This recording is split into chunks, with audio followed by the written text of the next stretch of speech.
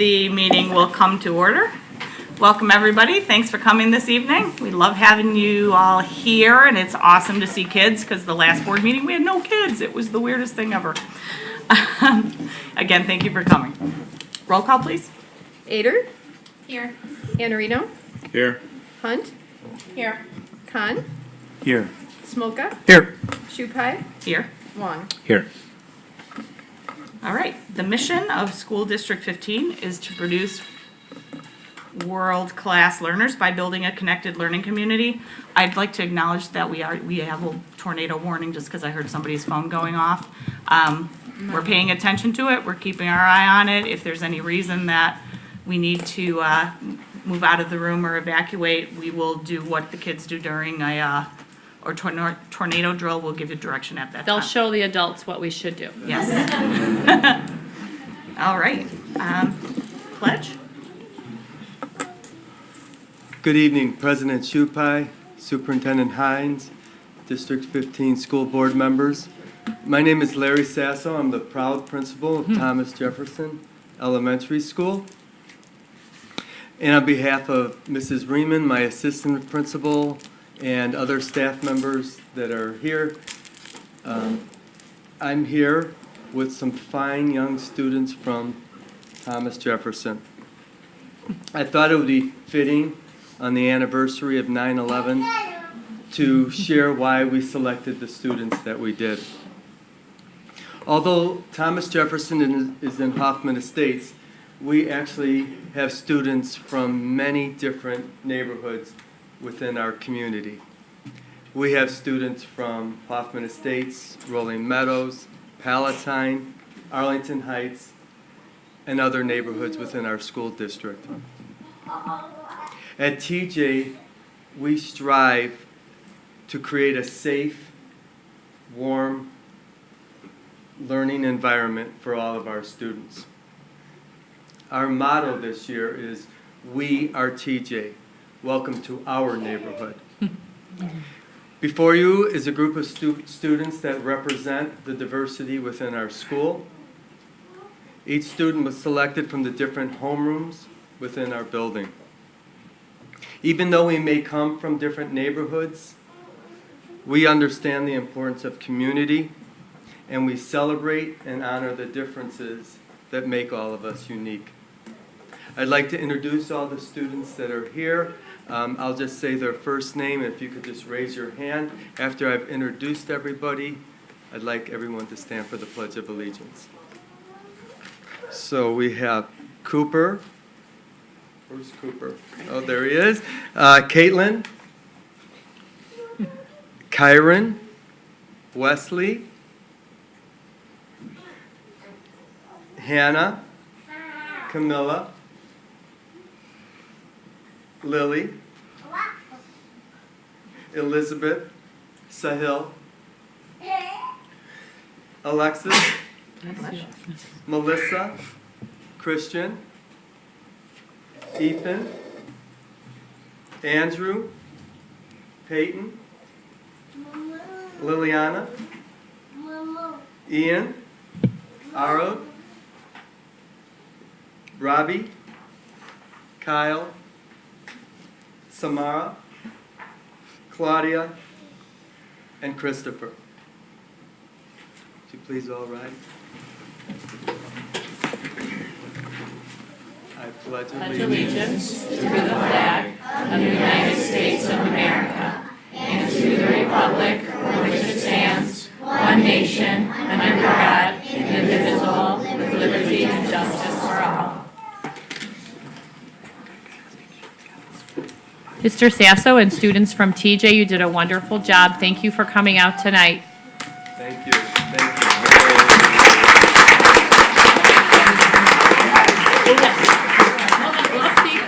I almost forgot the most important thing. Everybody's top. Yep. Man, what a rookie So mistake. you don't just get a thank you from me, you get a super special pen, and it's not just any pen. Look what it does. Wait a minute. Thompson would let that happen. While Dr. Hines is passing out the pens to the children, if everyone would leave the room into the hallway, go to the right, and move yourself just slowly and carefully down into the hallway far right. You can stand, you can sit on the floor, whatever makes you feel good.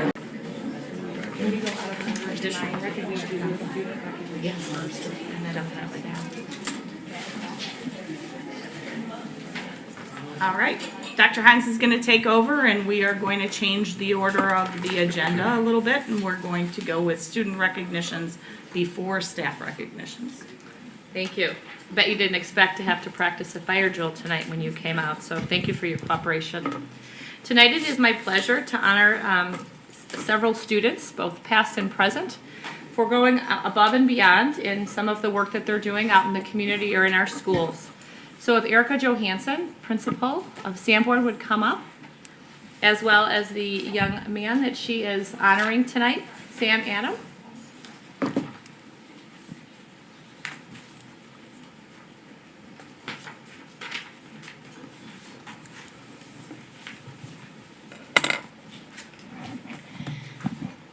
Dr. Hines, President Shupai, members of the Board of Education, I am honored to acknowledge the hard work of Sam Adame, who is an alum of Sanborn. He is also a current senior at Palatine High School and an active member of Boy Scout Troop 392 in Palatine. Sam is on his journey from the rank of Life Scout to Eagle Scout. This is something that I've learned that only really 4% of Scouts ever truly achieve. In order to achieve this rank, a Scout must complete a large-scale project. So Sam's large-scale project was to complete the reconstruction and renovation of our PTA storage room at Sanborn School. It's in the upstairs area of our school, and if anyone's ever been up there, it's the old locker room area from when Sanborn was a junior high many eons ago. And it was a mess. Quite honestly. I can attest to that. You showed me, and I thought you had your work cut out for you, Sam. So Sam and his almost 70 volunteers created and built various shelving units for the storage room. And he knew about this project and the need, not just from some of us talking about it a lot, but from the extensive volunteering that his parents have done, as all of their children have attended Sanborn School over the years. In fact, I taught his older brother there not too long ago. So he was aware of the great work that he needed to do. So on his own, Sam raised almost $800 through a GoFundMe page to cover the cost of the material. And we are just in awe of his dedication to this project and forever grateful for his generosity. So we have a picture up there of some of his volunteers. And I would just like to recognize Sam's hard work at Sanborn. So thank you, Sam. Thank you.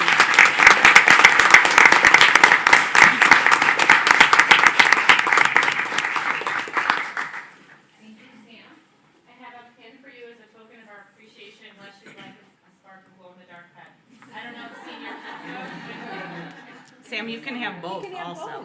You can definitely, because that pen will look great in the pocket of the Scout shirt.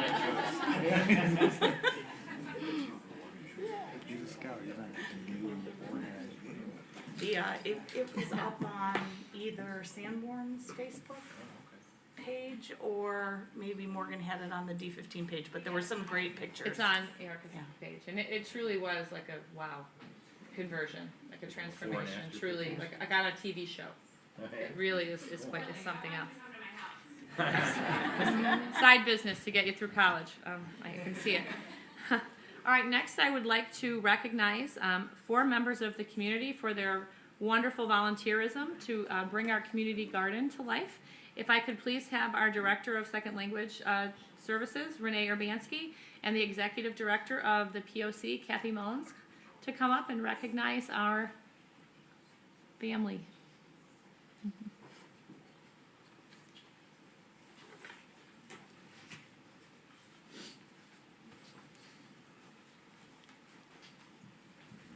So good evening, Dr. Shupai, President Shupai, Dr. Hines, and members of the Board of Education. I would very much like to present to you one of our families that has been incredibly active in the community garden this past summer, and it's still going strong. The community garden is a collaborative effort that was started 6 years ago in the community by our fire department and by leadership at the POC. And it has grown over those last 6 years to include members of the community from local churches, local businesses, volunteers from the high school, Harper College. It is truly a community effort. And this is one of our star families that spent nearly every single volunteer opportunity at the garden. And they have worked to produce, on an average each week, 120 servings of food for families in the community.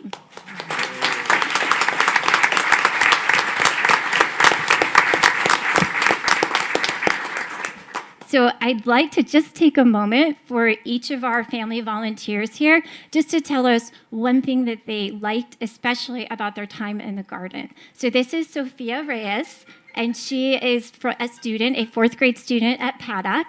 So Sophia, what did you like most about the garden? The thing I liked most was about the garden was to water the plants and watch them grow and then like pick the food out of them. Thank you, Sophia.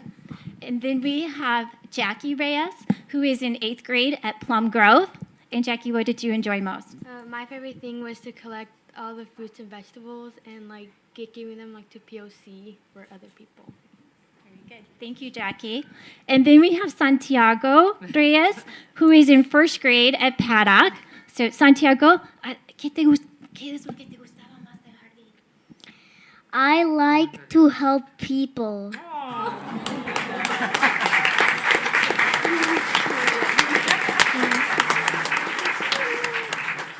And we also have the proud mom. This is Rocio Castro. And ¿qué es lo que te gustaba más acerca del jardín? Pues me gusta mucho ver y enseñarle a mis hijos cómo crecen los vegetales y más que nada que les gusta ya después que están maduros, comérselos y ven cómo crecen. Eso es lo que más me gusta. Y también que gracias porque ellos nos regalan las plantas y solo nos toma un momento en la tarde ir a revisar y ver que estén bien las plantas. So Mrs. Castro just shared that she really liked having the opportunity to teach her students, or her children, in the garden and to help watch the vegetables grow, and then most of all, taking part in eating the vegetables. She'd like to encourage a healthy lifestyle there, and she's very grateful for the opportunity to have worked in the garden and to have benefited from the produce that was produced there. And then we also have Grandma from the family. This is Aurora Reyes. And would you like to come forward and also share? Pues yo estoy muy contenta porque, pues, en primer lugar, convivir con la gente, unos de aquí, pero también me gusta mucho sembrar eso y cortar muchas cosas. Y yo venía con mi nuera aquí, muy contenta estoy con ellos de convivir. Y muchas gracias.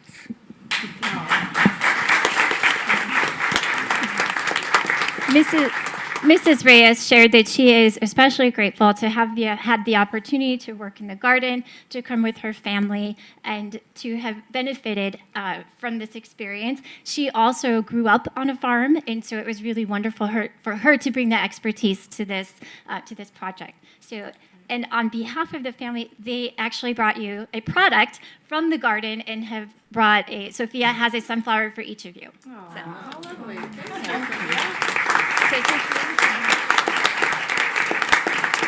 She can maybe come behind, it might be easier. And then Kathy, would you like to say a few words on behalf of the POC? I think they did a great job, but I just want to thank all of you that support the garden. It's right on Hicks Road by the firehouse, and each year we have 25, 26 families from the community that work the garden, and it is a wonderful experience. Lori, who runs the garden, is standing over there, also a former parent in District 15, so it takes a community to grow this garden, and we need your help next year, so hope to see you out there. So thank you, and thank you, family, for coming out today.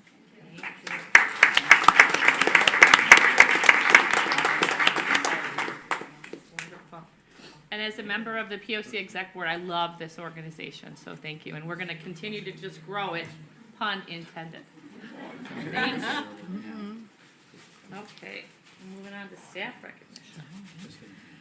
Oh, this is always a hard one. We have almost 2,000 employees that work in this district, and just almost every single one of them, if not every single one of them, goes above and beyond the call of duty every single day. So it is really hard to narrow it at a board meeting to just a few. But at the beginning of the year, a few people kind of just bubble to the top, and we're going to honor them tonight. So it's my pleasure to ask Mrs. Amaryllis Vargas to come up, as well as her administrative team, for some recognition.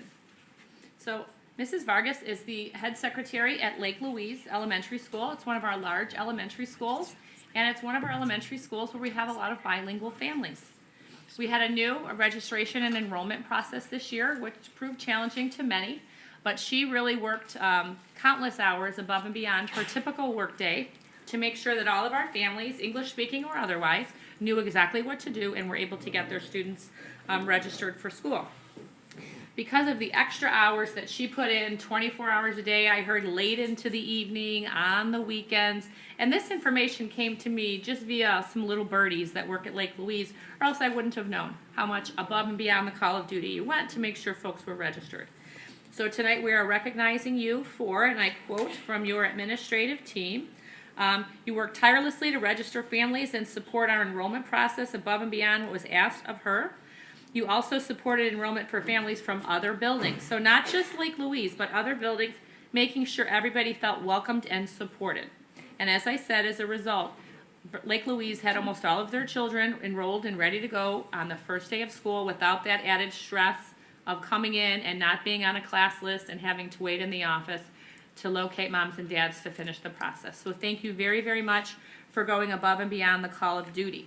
So beyond enrollment, she also, though, is taking a real lead role in Infinite Campus, a new tool that we're using that has had some challenges as we roll out this new system across a large district. She recently led professional development for fellow secretaries, and she has now become an area expert. So we thank you for your willingness to help others learn how to use Infinite Campus as we grow into this new product and process. So thank you very much.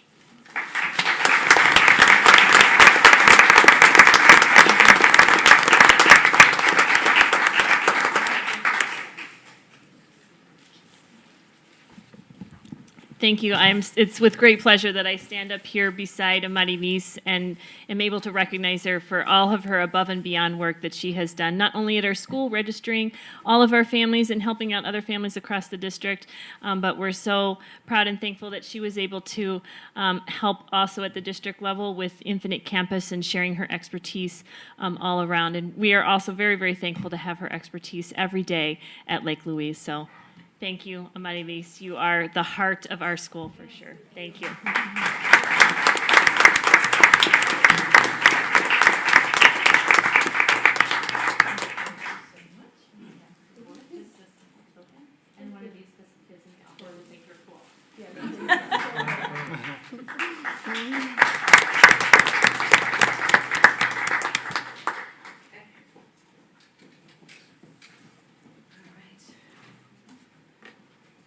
Next, I would like to honor Mr. Van Lee. And I've known Van and I go way back. He was the building custodian when I was the assistant principal at Winston campus. And he hasn't stopped being one of the hardest working guys in town since that time. So I have heard he's no stranger here for board recognition, but again, we're honoring him tonight for what I would say were his Herculean efforts to get our buildings ready to open at the beginning of the school year. As many of you know, we had 5 schools under construction, receiving secure vestibules, as well as some other custodial projects across many of our schools. And although all of our custodians and maintenance staff worked very hard, Van was the guy that was always going above and beyond. He would text me on the weekends, giving me updates on what's happening and what's not happening, so then I would call Mike and everybody would get together and just keep pushing and pushing, because we set a very high bar to make sure that our schools looked great and were in tip-top shape and ready to go for the arrival of children. Down to the wire we went. Our biggest challenges were Lincoln and Central Road, and Van worked, pretty much through the night. I would also like to make sure that I recognize Van for not only the work that he's willing to do, but always shifting employees. He makes sure that the guys are shifted so all the schools get the support they need. And I said to Mike, we would have been sunk if it weren't for Van's efforts. We would not have been ready at all of our schools to open the school year. So thank you, Van.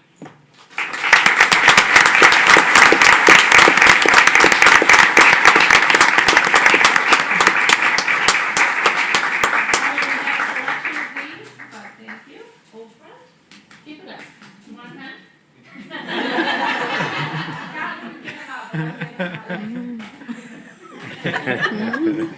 God only gave you the kids. It was the first thing I asked for when I got the board spot. You know, can I have one of Scott, those if you're pens? watching, I have them all now. And last but not least, I'd like to call Sue Hatton. Is she here? And Tom Bramley up. You make your way to the podium.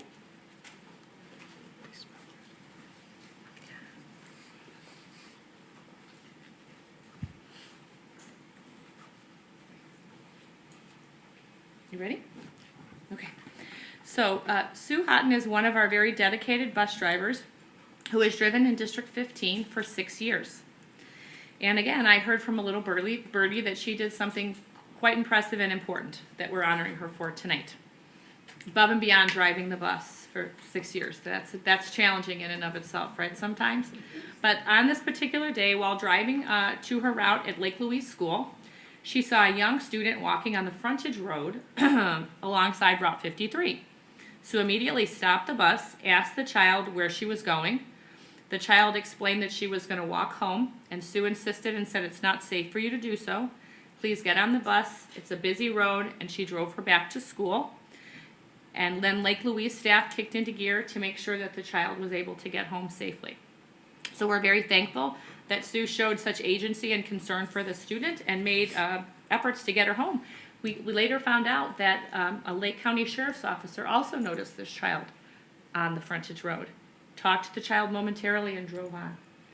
Didn't think that perhaps he should pick up the child and make sure that a young child got home safely. So thank you for doing that. Tom, would you like to say a few words about Sue? Sue is one of our very great bus drivers in our department, one of many who take every day their job very seriously and dedicate to get all the children to and from home. Sue also, within the department, is the primary object of raising funds for our drivers' picnics and everything else, and does a great job with that. So if you're ever after pizzas or anything, she's the lady to come and see. Okay, but thank you very much, Sue. So Sue, thank you very much.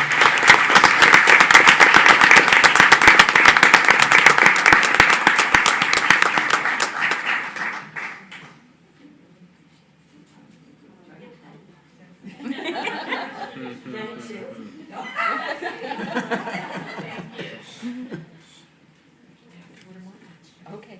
All right, thank you. I think that's everything. That's it? Mm-hmm. Wow. All right.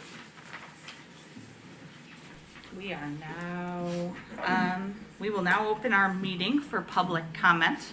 Please remember that this is not a dialogue between you and the board. If you have a specific issue which requires a response, Superintendent Hines will get back to you. Please state your name and identify any group that you represent. Limit your remarks to no more than 5 minutes, please. If someone has previously articulated something with which you agree, please state that you agree, rather than reiterating the entire comment. And finally, please avoid any comments that are specific to a person, staff member, or student, respecting that person's right to privacy. I have one of these green forms. If anybody else in the room is interested in speaking and you would like to fill out one of these forms, they're on the table outside. If not, we'll go with what we've got. Joyce Slavic, please. Did she leave? She did. Would anybody else like to speak for Joyce? Or I can comment on what we've got. Joyce is passionate about gun control, and her commentary is gun locks and the SOS program are her talking points. I would anticipate we'll see her again next month. Do you guys think? Would you like to speak? Yeah, Yes. please do. If you could, yes, come to the table so we pick you up from an audio perspective. Yes, yeah, but we can hear you in the room, but the feed on Facebook doesn't, it needs you to be mic'd. Okay, my name is Chris Hickey, and, excuse me, I'm a parent in the district. My kids have all come through District 15 and gone to Palatine High School. I'm also a middle school teacher, teach 8th grade in a different district. And we just wanted to voice the fact that we're very concerned as educators, as parents, about having any sort of guns within a school building. We recognize, believe me, we recognize the need to protect our students, keep them safe with all the craziness that is happening in the world. We do need, to be aware of what's going on and protect our kids. It's just a very frightening thought to put firearms within a building. If there's any other way to prevent, you said the secure entryways, the vestibules, the foyers are a wonderful way to start. I personally have been through a drill with just teachers and police department where we had to go through and participate in a lockdown where one of the police officers acted as a shooter, and it was terrifying. Even though you knew it was practice. So I think, if there's anything we can do to prevent weapons of any kind entering the school. I know people have talked about teachers having guns in their desk. I know teachers who lose their phones every day. I would not want them to have a gun that they were responsible for. And plus it puts it in close proximity. It puts it in proximity to the kids. And it just kind of adds to the possible danger. So that was basically the point we had. Right. So thank you for letting me You're welcome. speak. Thanks for speaking for Joyce and Moms Demand Action. Thank you. Anybody else? All right. Thank you. Chris, if you wouldn't mind on your way out, just filling out a green sheet with your contact information so I can follow up with you. Okay, thanks. And I put Chris's name next to Joyce, but no contact information. Obviously. Thank you.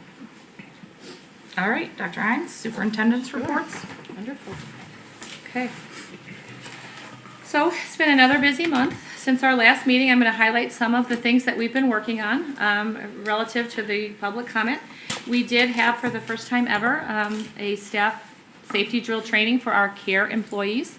CARE, for those of you that don't know, is held at 15 elementary schools. This is a before and after school program. We did have all CARE employees come through, and they went through a training with our SROs and our first responders by each community in which we have a CARE program. And we really wanted to ensure continuity and confidence in terms of our safety procedures, and everybody that works before and after school would know what to do in the event of any type of an emergency. So the training was very well received and I think very well done. Second bullet point, also linked to tonight, we've been doing practice drills. We front load those drills at the beginning of every school year so the children know what to do in the event of perhaps a tornado drill at a board meeting or any type of a safety situation at the schools. So our schools have been running their safety drills, and legislatively many of them are required now by law, but we've been doing them in the district for quite some time.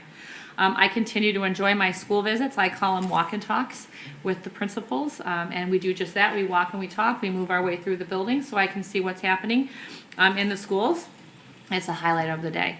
Nothing against 58 North First Bank, but our schools are where the action is. So I really try to get into at least one school every day, and Julie's helping make that happen. Principal goal setting is underway. Dr. Kwalchek and I will be evaluating all 20 administrators this year, and we're setting goals. We're looking at data, the 5E conditions of teaching, as well as their school improvement plans, and we're discussing any personal professional goals that they have in the hopes that we can help them achieve any of their goals. That is really the purpose of goal setting, and then shortly after goal setting, we'll begin our first round of observations. So I'll update you as we move through that evaluation process. The principals will then follow a pretty similar type of conversation with their assistant principals because they evaluate our assistant principals.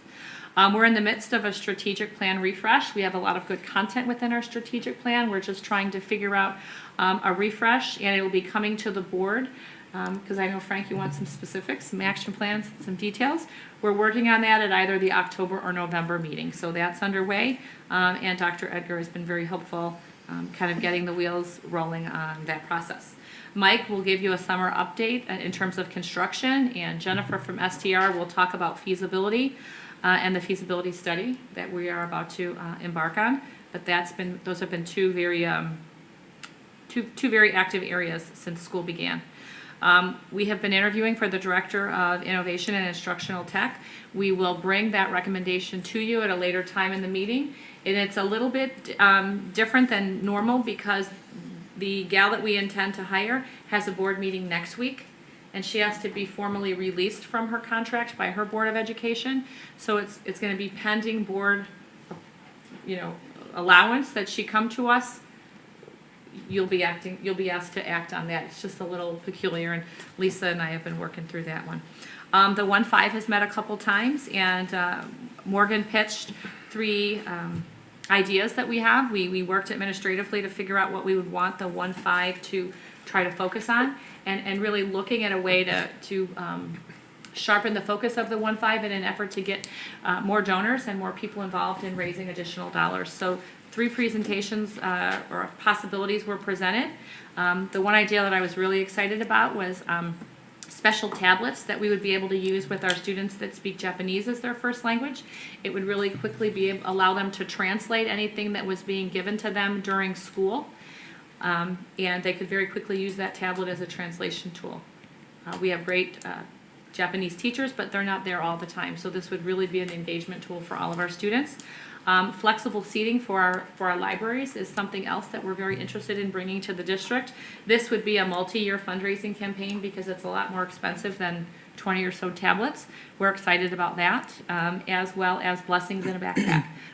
While many of our schools already have blessings in a backpack, which bring backpacks to families that would be in need, we would like to expand that offering across the district to those families that need it. So the OneFive is going to consider whether or not to become a partner in making that a reality for the following school year. So the OneFive is figuring out which they want to focus on, and then we're really going to try to hit the ground this year with a different number of fundraising ideas and opportunities. So relative to another thing that we talked about, Governor Pritzker, we're watching House Bill 2627 and the procedural changes that it will bring to our SROs and to our schools in terms of if a student is suspected of criminal acts or criminal behavior, it's a new procedure in terms of who has to be at the table and how those interviews will unfold. So we are making sure that our policies and procedures are in alignment with that, as well as our administrators and clinicians, social workers, psychologists know what to do. And again, that would be a very rare occasion, if ever, that we would have a student involved in a potential criminal act, but we do want to make sure that our policies and procedures are in line with House bills and legislation. The POC Exec Board, which I am a part of, met, and we too are looking at ways in which we want to streamline fundraising and go after larger donors and more community partners so we can do more to support families within the Palatine community. We're also looking at how to bring more equity to the Rolling Meadows POC because we don't have equity there. So that's something Renee Urbanski and I, as well as Kathy Millens, are working on. I Compete continues to meet, and we really are looking for ways to expand the athletics, arts, and other academic offerings that we're doing to our families in need. So that's a dynamic group, and we're partnering with the high school. So I'm very excited to see that. We launched the Share Table, which was in a pilot phase last year, and we brought it to 5 of our schools. Simply put, the Share Table allows for any children that don't want to eat all the food that they've been served at lunch through our hot lunch program. If it's wrapped and whatnot, they can put it on a share table. If anybody else has a big appetite or came to school hungry and wants some extra food, they can go and help themselves at the share table. So Mike and Nutrition Services and the principals involved in the pilot at Paddock and at Lake Louise were very instrumental in making sure that that program went from pilot to kind of fully baked across the district. Life space crisis intervention training has been happening with our clinicians. We feel very blessed to have David Carrillo helping in our schools bring additional training to our clinicians in terms of ways in which they can support students and staff that are in need and just building collaborative relationships to help kids that are in crisis. I had the fortune of sitting in a little bit of the training, and it really was very well done. Ongoing staff development continues with Infinite Campus. Again, it's a rollout. We've had some bumps, but we feel as though we're smoothing it out. our campus experts as well as administrators that have taken the lead in certain aspects of Infinite Campus. We're working out the kinks, and at the tech meeting today, they're talking about additional training and workshops that they're going to attend. Our administrators all sat through instructional rounds with Pam Rosa. You remember last month, everyone went through some evaluation training, so we were using a common language and framework to translate into teacher evaluations. Now we've done an additional round where several schools opened up their classrooms to us. Teachers or administrators were able to observe instruction and observe student behavior, take notes. They came together with Pam Rosa, who's really skilled in this area, and they checked to see that they were looking for the same things and providing the same levels of feedback to, again, make sure that there's consistency and continuity across our 20 schools. Couple more things. The IASB has a master board member recognition on an annual basis. And board members are recognized for time and effort that they devote to the IASB leadership activities and to the service that they provide to public education. Members receive points for attending division meetings, legislative leader programs, or hold positions on leadership within the organization. So board members don't just come together once a month. They're encouraged to continue to grow in their ability to govern. And it's my honor tonight to recognize 4 of our board members for receiving such a distinction. So Frank, Mike, Lisa, and Anthony have received Master Board Member Recognition status. Congratulations.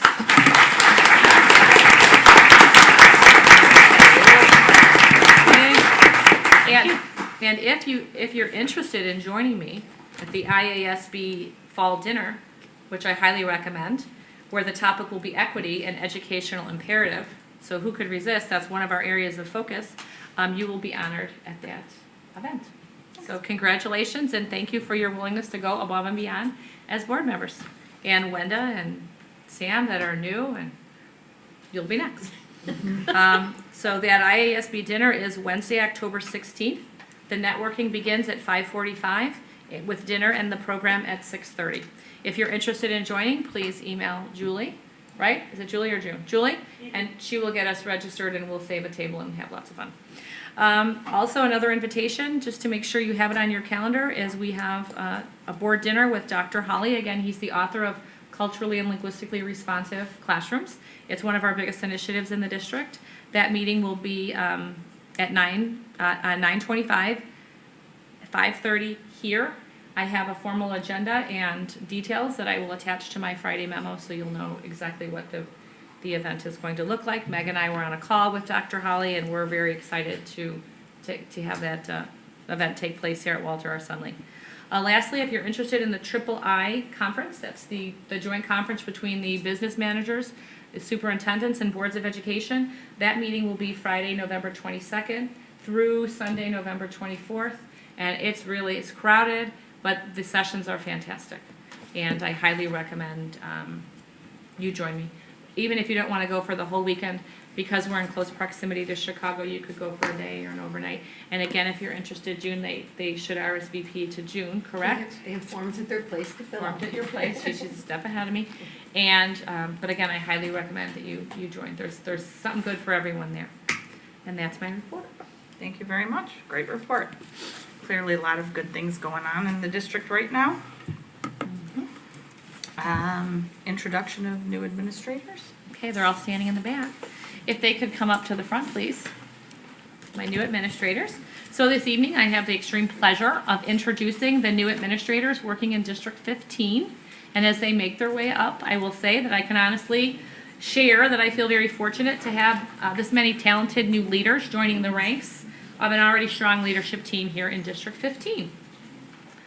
So as I say your name, give a wave, step forward, whatever. But I'd like to connect names and faces. Hopefully you got to meet many of the board members at our social before the meeting and in between the fire drill or the tornado drill. But it's a big group. So I will start with new building leaders. So Faith Rivera is coming back to District 15 from Schaumburg. She is currently the principal at Frank C. Whiteley. So we're glad to have Faith back in the district and serving as the principal at Whiteley. She brought a friend, Angela Gallegos, the assistant principal. Are you also from Schaumburg? See, we like that. I saw ENT today, and he mentioned that I took a few of you, so we're glad to have a nice dynamic team at Frank C. Whiteley. Amber Danielczak, no stranger to District 15. She's been a longtime teacher here in the district. We finally got smart and made her an assistant principal at Jane Addams, so we're glad to have her here. Megan Price, who came with me from Park Ridge. I knew when I was coming that she needed to come too. She's an assistant principal at Lake Louise School, as is Josh Simo. Josh is not new to us, but he's in a new split role. He's a part-time assistant principal at Virginia Lake and a part-time assistant principal at Lake Louise, but not new to the district. Steph Daly, who couldn't be here tonight, also came with me from 64. She's the principal at VL, and she had the good sense to hire Allison Friedman to be the assistant principal, and they're a dynamic and smiley little team over there. Brianne Thurber joined the Winston Campus Elementary as an assistant principal, and she and Miss Smith are doing a great job over at WCE, also a very smiley little crew. Andrew Wilson is the new assistant principal at Winston Campus Junior High, working with Tomas and Martine. So they have a three-man team, and they really are kind of lighting things up over there. So that is our building leadership team. Let's give them a round of applause.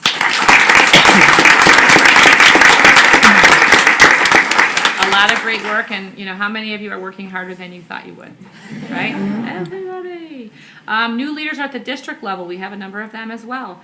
Kelly Zerfus is a retired assistant superintendent for HR from District 59, and she and Laura Campbell, who could not be here with us tonight, are kind of tag teaming that job and helping Lisa Nuss run the department. Aaron Stein, whom I think you may have met, is the assistant director, also not available, but we have a real rock star team in the HR department. Right now their big focus is getting prepped for our upcoming audit, HR audit with Batal for kids. So we're very happy to have Kelly, Laura, and Aaron helping Lisa. We have a number of Department of Instruction Second Language. We have two folks from the Department of Second Language, Renee Urbanski, who you met during the POC, welcome, as well as Rocio Fisher, who is our new Assistant Director. So this is a newly created position. As you know, Cheryl Wolfel ran that department as one person. So we've added a few people to the ranks to really potentially engage in an audit and really continue to grow that department, because we do service over 3,000 second language learners in the district. So we want to make sure that we're doing right by our second language students. So welcome, and I know you're working hard. I'm here late 7:30, and sometimes Renee's car's still in the parking lot. So they're working very hard over there. I'd also like to recognize Tina Woods. She has joined Kristen, who's in a new role in the Nutrition Service Department. They were responsible for the delicious cookies. Thank you. And they too are looking for ways to kind of grow the program. I think Tina came from Elgin in that same role and has a lot of good ideas, and the two of them I think are going to be a dynamic team in nutrition services. And then lastly, I'd like to recognize the hardworking new leaders in the Student Service Department. Again, that was a very small department that wasn't able to do a lot of staff support and student support because there were so few of them. We did spend a little time in thanking the board for doing so to add additional boots on the ground to support staff and students. So Ann Signar, although not new to us, is the assistant director now. And are you of low or high incident? Low. Low incident. Mike Scaletta, also not new to us, but in a new role. So he then is the assistant director for high incident programs. And then we have 4 new student service coordinators. Elizabeth Ashman, give a wave. Liz, you go by, right? Dustin Berman, not new to us, but in a new role. David McHale, and Nicole Maluski. So they are each servicing anywhere between 2 and 4 schools on a weekly basis. And then lastly, we have Sherry Stadler, the new assistant health coordinator. And I don't think Sherry's here tonight, is that correct? Correct. All right. So thank you now for all that you've already done, and I know what you're going to continue to do to continue to grow District 15. Thank you.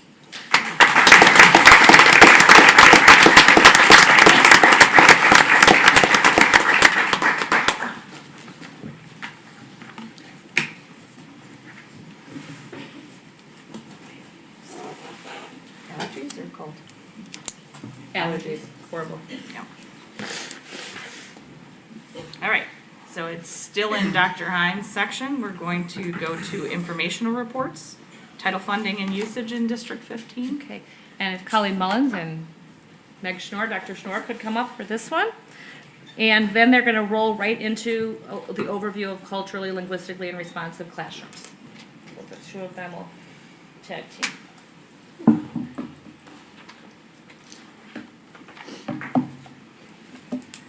Good evening. President Chupai, Dr. Hines, the members of the board, and the District 15 school community. Is the mic? Okay.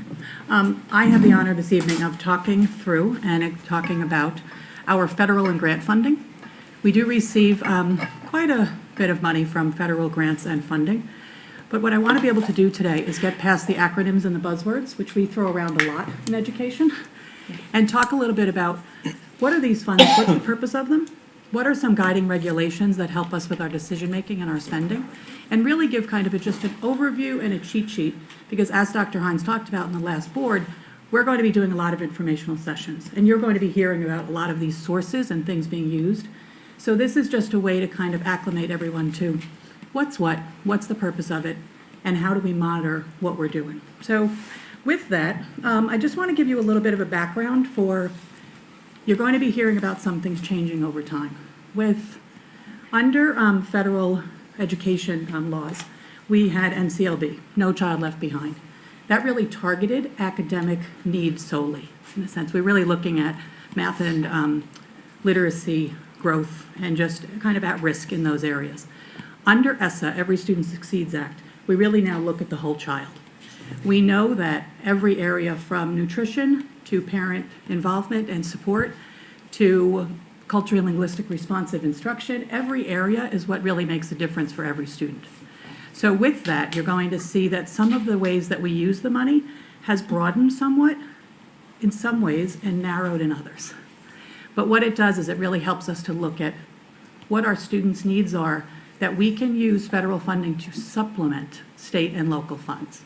One of the big messages that I think we need to take away today is this money is intended to add on to the funds that we already spend. It is not in place of, and we'll talk more specifically about that. So while we talk about funds and what's available, it sounds like, wow, we can do all of this. But again, the big takeaway from this is it gives us a great opportunity to support all of our learners, but with the limitations and guidance, how do we make sure that we're using it correctly and really using it for as it's intended? So with that, we receive funds from Title I, Title II, Title 1A, School Improvement, Title III, IEP, Title III, LIEP. Isn't it great? The acronyms in education are so helpful. Title IV, Part A, IDEA, which is the Individuals with Disability Education Act. So all of that, here's what the big idea is. When we see Title I is intended for specific schools, be it under Title I Part A or Title I School Improvement. Every other fund here is used across the district, but again for specific purposes. What we did this year, which was new, was a consolidated district plan. Right now, I am the Title I director within the district. Dr. Edgar is working with the school improvement aspect of Title I. Renee Urbanski is now working with the Title III piece, and under IDEA is Sue Garrett. So all of these pieces are managed by different folks within the district. And it was kind of siloed, not by any choice of ours, but by the way it was designed. We now have a consolidated district plan, which you approved, I think, back in June. And that way we really look at how we are looking across. A lot of these things do overlap somewhat, and how do we use the funds looking at every area. But with that, every one of these has a separate application and a separate monitoring system. So I want to speak about each one. Starting with Title I, it is the largest federal funding for education is Title I, which is intended very specifically to help supplement and increase opportunities with state and local funds for students in high concentration poverty areas. We know that when there's high concentrations of poverty, it impacts achievement long-term significantly. We're talking about everything from, we don't cover this, but when you think about poverty, is everything from prenatal care to just the daily opportunities that sometimes poverty you lose out on. So the goal of it is to increase the opportunities of all students, to supplement with all of the things that we offer, in addition to what we offer every student, to offer others a fair and equitable experience every day for every student to close the risk of achievement gaps driven by poverty. Now, with that, we have 10 elementary schools that are Title I schools and 2 junior high. Every one of our 12 schools is a school-wide program. That means that they are over 40% that are low-income students, and that means that the money that we give that school is used for every student within the school. It enables to elevate the education of all students. With another possibility that we could have if we went below 40%, significantly below, is targeted assistance, which means only the funds are available for students that are at risk academically or other ways. That money would only be able to be used for very specific reasons. At this time, if we go below 40%, we can apply for a school-wide waiver. So TJ is about at 38, Thomas Jefferson. So we have a school-wide waiver that is enabling us to continue with school-wide servicing. The majority of this funding goes towards major initiatives such as CLR, Cultural Linguistic Responsive Instruction, which Dr. Schnorr will be speaking about, and staffing. It enables us to increase the number of staffing for services such as instructional coaching and reading specialists in schools. With Title II, this is now for all schools. Title II elevates the instructional power of leaders and teachers. This is where all of our professional development funds mostly come from. It's where we have release time coverage for subs. It's where we have professional development projects. It's what makes sure that we know that we are growing. If we think about technology, every time you have an update on your app, 1.2, 2.2, in education, we need to be doing the same thing. We are constantly updating what we know and how we do it. Title IV, Part A. This is newer. These are funds that are available to have a little bit more broad spending abilities than Title I does. However, it's not a huge chunk of money. There's a lot that goes into monitoring and how do we use this fund, how do we use these funds really well. We have been able to transfer it into Title II, where we have a lot of need with supporting our schools with all of their professional development. But we are looking to how do we really tap into the funding with Title IV to use it in a way that can really be inventive. That's what the goal of this is. But there are certain restrictions where it has to be 20% on well-rounded education, 20% on health and safety, and then 20%, which is not on anything with hardware, on technology. So what we're going to be doing this year is really exploring how do we use Title IV well, but it's about $114,000 to $150,000, district-wide. So we want to know, what can we really do with this? For right now, we are using it within our Title II funds and transfer it in. Title I Part A is what you'll hear a lot from Dr. Edgar talking about the ESSA designations and school improvement plans. These are targeted towards those schools. Very appropriately, you got thunder. It is providing very specific professional development, planning, and also program materials and supplies. This, as we know, might change slightly year to year of which schools have designations and what funding sources, what exact amounts they're getting. Now, Title III is something that I think sometimes there's a bit of a misconception of. Title III is really about providing direct services to English learners. There's two parts of Title III.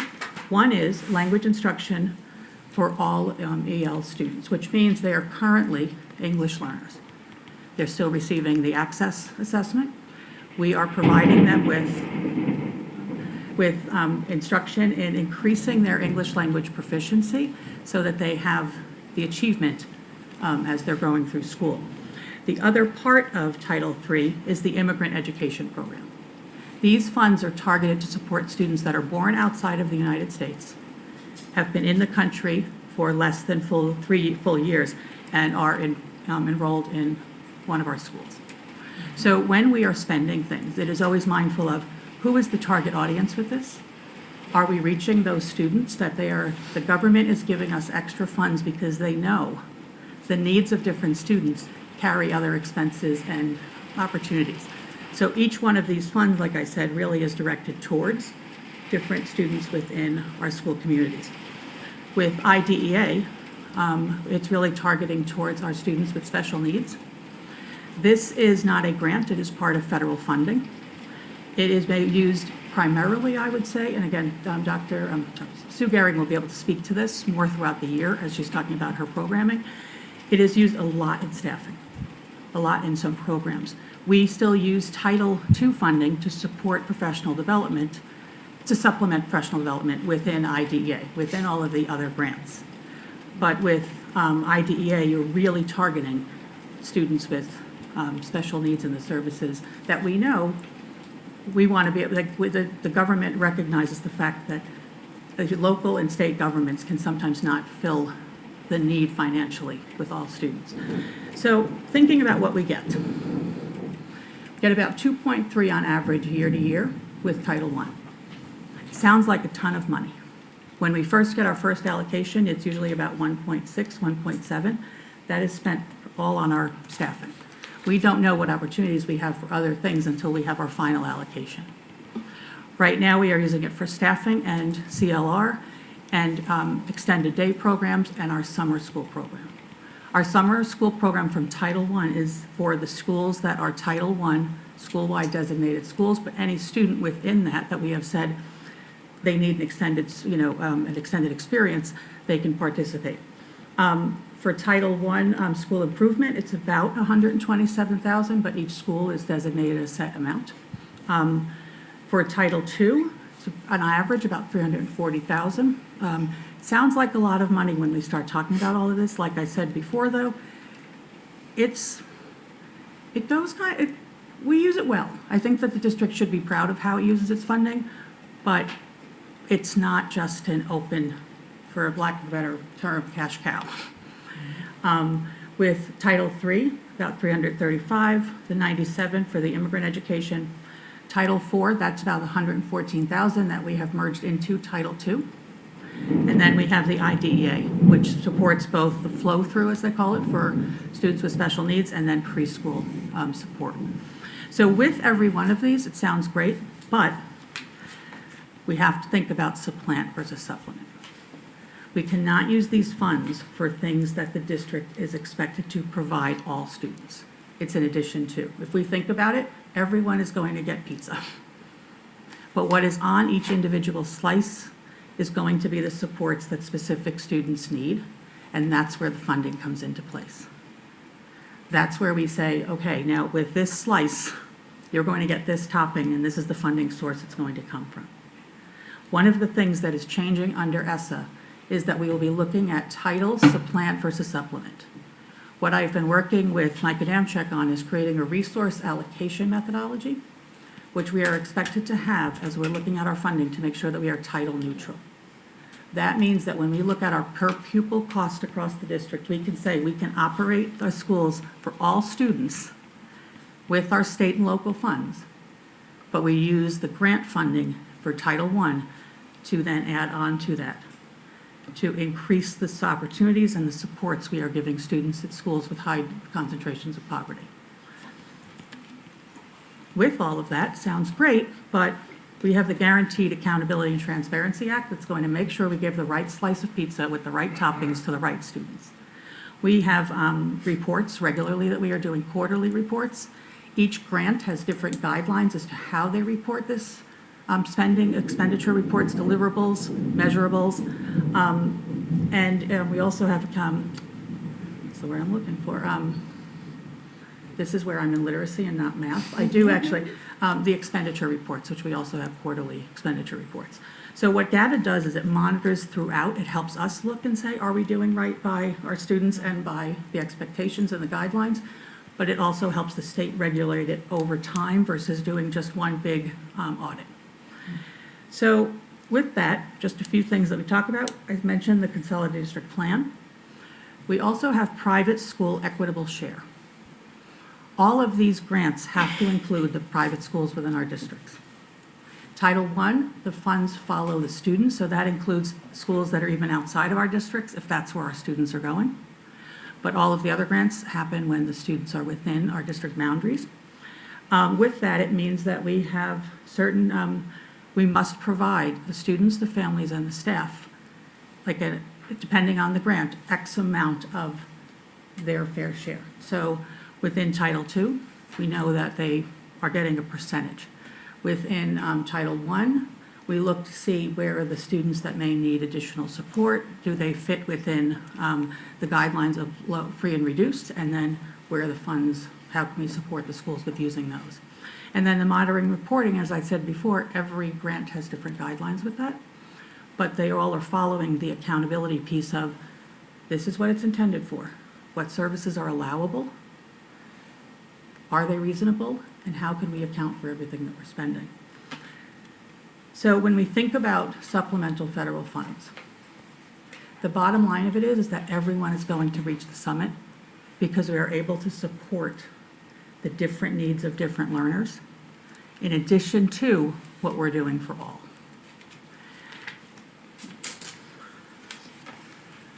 I asked Frank before we started to please ask me the easy questions. So Frank, would you? Let's see, I was going to ask you, so when exactly do you know how much funding you're going to get? It depends on each grant. Sometimes for Title I, we've been changing a little bit every year, but we usually find out our initial allocation in sometimes May or June. Others may know earlier. Our final allocation usually comes in about October, after they then have rollover funds, which we can roll over up to 15% in Title I. Title II, it's all if we don't spend, whatever we don't spend, roll over into the following year. So our final allocations will be usually coming in about October. Okay, so typically between like June and October, Yes, you for get each all the one of the numbers grants. come in as to each one of the title grants that you're going to get. So then at that point, I suppose that's when you make your decisions as to where exactly the money's going to be spent. And then we have to submit the applications to the state, in which we have budget pages, and we describe this is what we're going to be spending the funds on, this is what we're expecting the cost to be. And before we can spend anything from those, if it's not in our budget pages, we need to do an amendment before the funds are spent to say this is what we're holding that money for. And then the ISB approves the plans, and then we can spend the money. So is that money typically spent then the following year? Or do you No. usually spend it within the same year? Yeah. It's spent within the same And then year. is there a time limit on how long you can hang on to that money? So within the different grants, there's different calendar years. So right now, within most grants, it's from July to June 30th. Okay. Some grants start in September. For Title I, we have an extended school year grant model, so we start in July 1, but it ends August 30th because we include summer school within that. So again, every grant follows something very simple as saying, you have to do right by this grant's regulations, but every calendar, every reporting piece is slightly different. Okay. Generally, you have to spend it within a year's time? Yes. You have to spend it within that time unless there's some, like for Title I school improvement, there's no carryover. So anything you don't spend is, but Title I. Title II, you said Title II can Title II is roll over? 100% rollover. So if whatever you don't spend nothing this year, you have what you had for this year and next year, potentially The next year. state does not like it when we spend nothing, though. So they will come in and say, why aren't you spending your funds where they need to And be there's a spent? 0% chance that's gonna happen. So we have more things we wanna do That- than grant money to do it. So we're always looking to But you spend don't lose any. everything. The only thing that we did, so you can have a grant rollover waiver, carryover waiver, if you're going to be over 15% in Title I. Last year, because we were really trying to be mindful of where we're spending this and how, so we didn't want to just say, well, let's just spend just because we have the money. We had a grant waiver, which went over our 15%, which you can only do every 3 years, but that applies to Title I funding. So that means you can use money that you're going to get the next year? To That you can backfill add on the to what, extra if you go over the 15%? 15%, it carries over to the Oh, following carry it year. over 15%. Sorry, yes. I thought maybe you could spend over 15% and then No. backfill Carryover. from new money. Nope, it's the remainder of, It's but the you're other not way allowed to be around, over yeah. 15% or they take it back. Got it. So I would say one of the things Colleen and the team, leadership team, is really working hard on is because there's so many different title grants and amounts, we've begun a process where we're really trying to graph out how we're spending the money on what initiatives. And then we're really just gonna continue to push that out each year so we have a record in kind of one place as to how we're spending money. Because we know for the foreseeable future, some of our big curricular initiatives, once the strategic plan is a little more fleshed out, we're gonna make sure that we're gonna use title dollars to support the work of the strategic plan and when we can. So I think it's a nice process. You made it sound really, you simplified it, so you did a nice job with this presentation, but it is really very complex. A lot of different timelines, amounts, rules and regs.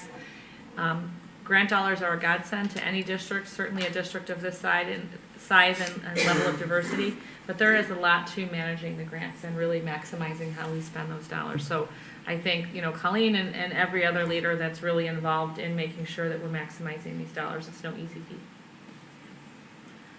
One question with the deliverables and results piece. I imagine that covers a broad range of metrics that we might report out on, but can you just share maybe a few examples of what that might look like? So within Title I and II, we have the data reports that we're doing quarterly, in which we have to spell out, this is what we're buying, this is what we're spending the money on, and then we have to go back and say, well, this is what we're seeing thus far. So sometimes they actually don't want just a repeat of the expenditure report. They want to be able to say that we are seeing increased conversations with all students in classrooms. Like, they really want to make sure that you're getting past just the buzzwords and just the data reporting to what effect is this really having on students. But I know within Title III, they have actually a template that they have to use to fill out different categories that you have to spend the funding on. So as Dr. Hines just spoke of, what we can do is provide you with the real fun reading of the very specifics to each grant of the complexities of it, because each grant has those slight differences. But the bottom line is they want to say, you're saying this is what we're spending. What immediately do you see, even within a quarter, that you're starting to see some results on? How would you describe that? That's the expenditure and the deliverables and receivables. And in some cases, the metrics I think that they're asking for are somewhat unrealistic in that short period of time, but certainly our title students or our IEP students, we can measure their success by their IEP growth. We have MAP as an indicator. We have Bless You. We have Access as a measure, as a metric, because these kids that are in these different subgroups, we have data sources and we can track them by title category or by subgroup. So as a district, we're looking kind of more large scale metrics to make sure that all of our at-risk students are growing. Do you turn that data then in as a MAP, Access, any of those? Within your metric reports? When we do kind of go just straight data, they kind of send it back and say, talk to us more. A lot of times the reports, the applications of things, ISB receives them, looks through them, kind of sends back for a little bit more clarity. So yes, we definitely use the data to inform and to include, but it goes a little bit beyond that even to say, we're getting past buzzwords here. The state is really holding us accountable to proving, not just showing numbers, but really showing the depth of work that we're doing. Do we have to set metrics in advance, like when we're going through an application, where we set metrics and then we're measured against those when we are reporting out? No. Or is it just including data? Okay. It's including, you have to be able to speak to why you're choosing what you're Right. choosing. You have to give some outlines through the application process of what your goals are and why you're targeting those things. And you have to speak to what data sources you are using. So I don't want to say that we don't use extensive metric data, we do.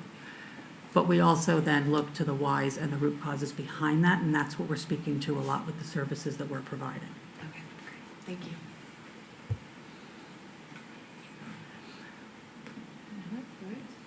And one of the things that we are providing. One of the things that we are providing. Great segue. All right, you can click the screen there.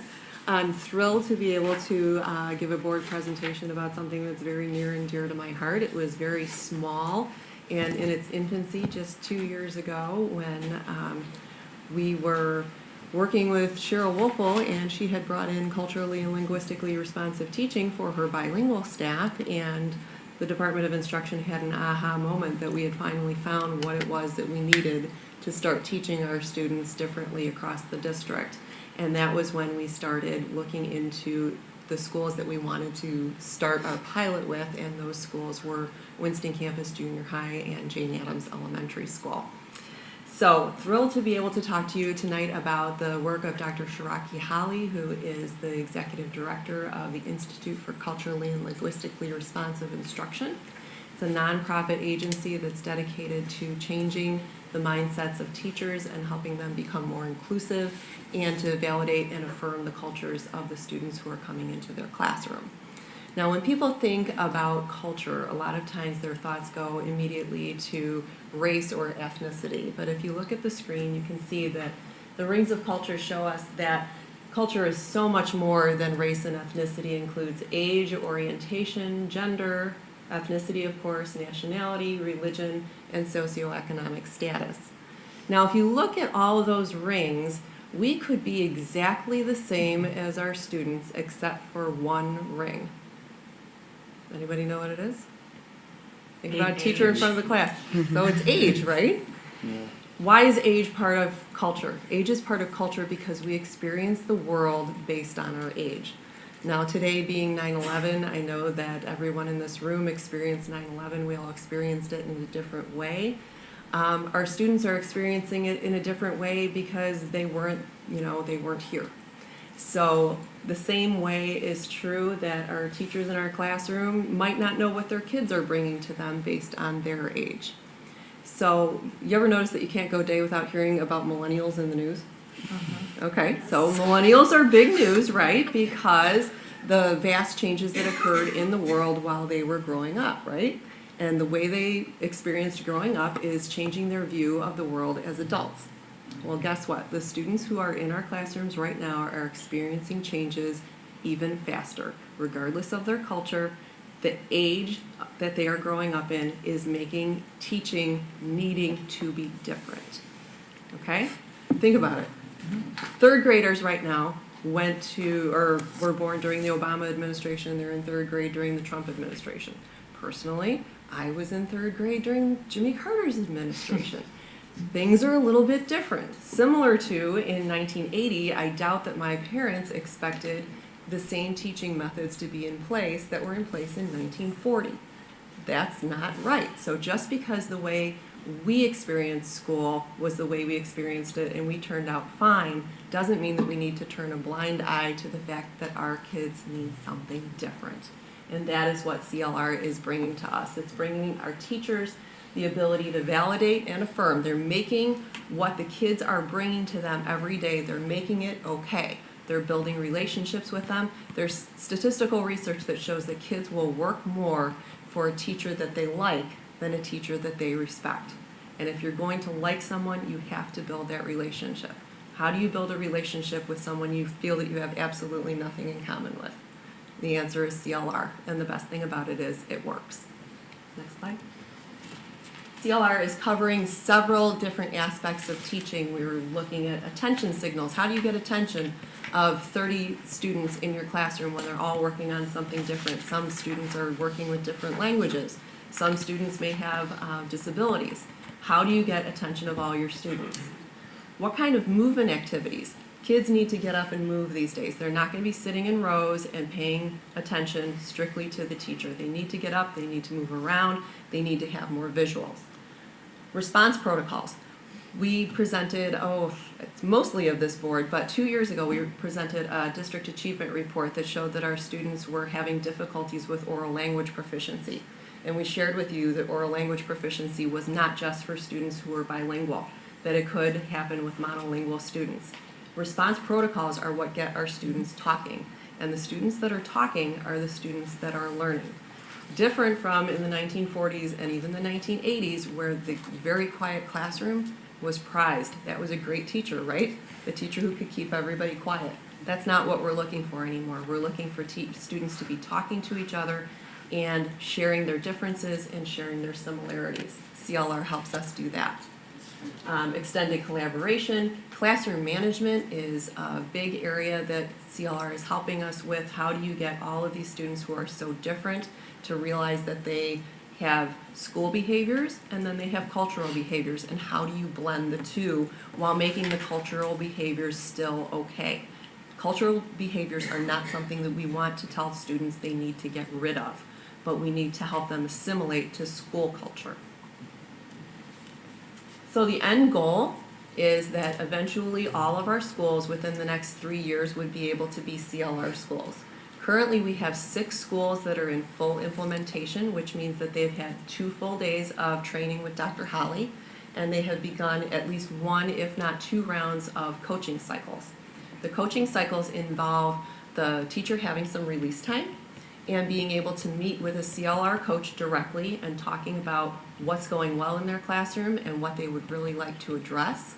The coach then gives them some of the protocols that they might use, attention signals to try, and then the coach may teach in that teacher's classroom and show her or him how to use it, or the teacher may try to use it in front of the coach and then ask for feedback. So when Colleen was talking about release time, that's a way that we use release time. We get a substitute teacher to come in and take over the class for an hour so that our teacher can come out and work directly with the coach to try and improve what's going on in the classroom. That makes sense? Okay. Definitely, we could not do this without your continued board support. We do have this supplement of Title I funding and Title II funding certainly for this initiative. However, there are going to be schools that are not Title I eligible that we are going to need board support to continue this endeavor in the district and bring this to all students. Because like I said earlier, we could be completely the same, but our students need different teaching techniques to be able to be successful.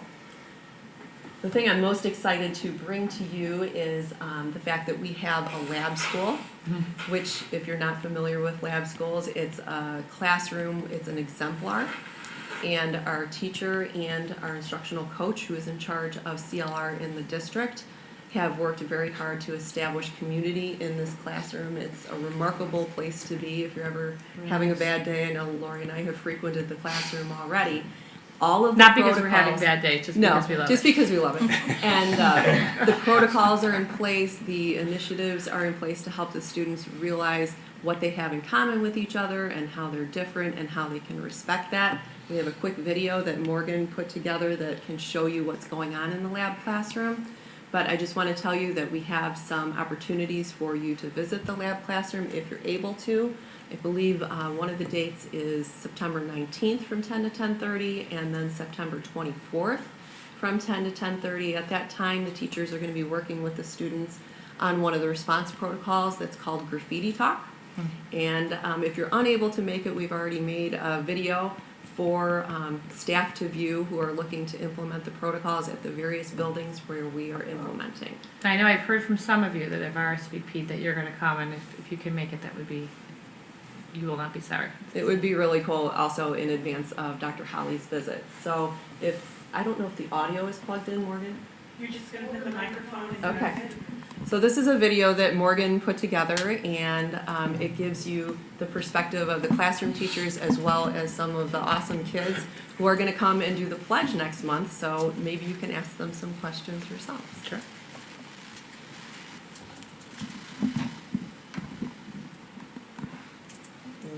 Oops.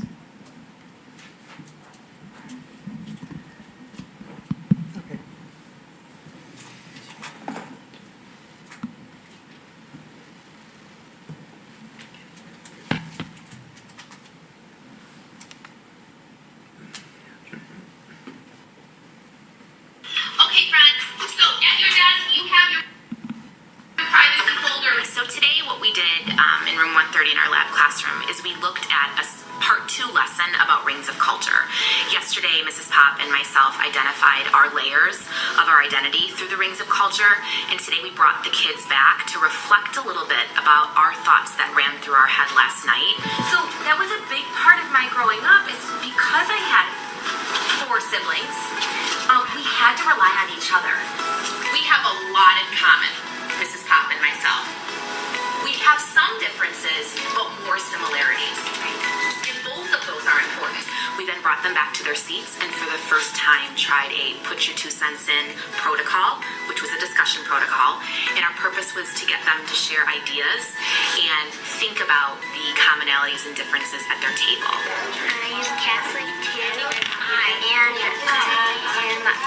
so I celebrate St. Patrick's Day. So I'm Mexican, I'm 50%. We found after doing that kids were a lot more reserved than we thought, shy. They were very honest about their feelings. Some were brave and invited some conversation from the peers at their tables. How did you honestly feel about the put your 2 cents in protocol? I felt kind of weird sharing because like I'm telling these people like information that I probably shouldn't say to people, but you know I'm gonna say it. Why are we sharing it? To know each other better. Yeah. I also say stuff that people care about me. Kind of happy about it because like then people would know more about me. We thought that maybe some layers would be ones that were really easy to share, and in fact we were wrong.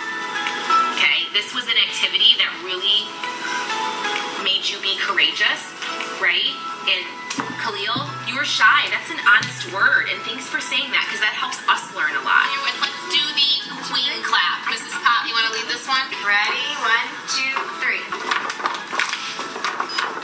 The experience this year has been awesome. Being able to highlight these CLR strategies and having, the coach in there to help the students in me through it has been really exciting. The kids are loving it. I think the way that they're more comfortable like with each other, feeling safe and secure, and then also like being able to like work through their work on their own independently and feel more confident as they walk into the classroom. The CLR room came together, I think, through some conversations and looking at, we have these consultants coming in and doing such an awesome job with us. But the lab classroom really being an authentic spot where we can look at a group of students day to day and see how they're changing. You can walk in this lab and feel what our classroom culture is like. And I think that if teachers are able to come in and see, they could sense what this feels like just by walking in and the culture we've created. So thank you, Morgan. So sometimes when you're teaching, you just want to see what it is that you're supposed to be doing. So the lab classroom is giving us the opportunity to provide a lab for teachers to come in, to see their colleagues in action, working with kids who are diverse. Jane Addams is one of our most diverse schools, and as you can see, it's going extremely well. So we'll open it up to questions. I don't know if Amy or Amber want to come up to field any of the questions, if the board has questions, because they are the leaders at that school. Or? I had the pleasure of, I talked to Claire and Cam and Frank just asked them one question. I asked multiple children. I said, are the protocols and the way in which you interact and the fact that you're getting to know people differently and more deeply making you feel any different about school? Does your environment feel different? And they said absolutely. They said they already know their classmates better than they knew the classmates that they were with all last year. And it was like, the 3rd week of school. Mm-hmm. So I thought that was a really powerful thing for these kids to understand, that they're sharing, but because that they're just so much better equipped and able to work collaboratively together, which is exactly what we want our students to be able to do. So that to me was just a real aha moment in terms of what they're trying to accomplish with the protocols and just the environment in general. So when you look at that, we saw a lot of engagement and we saw children taking part. But in any classroom, there's always a child or a few children that choose not to participate.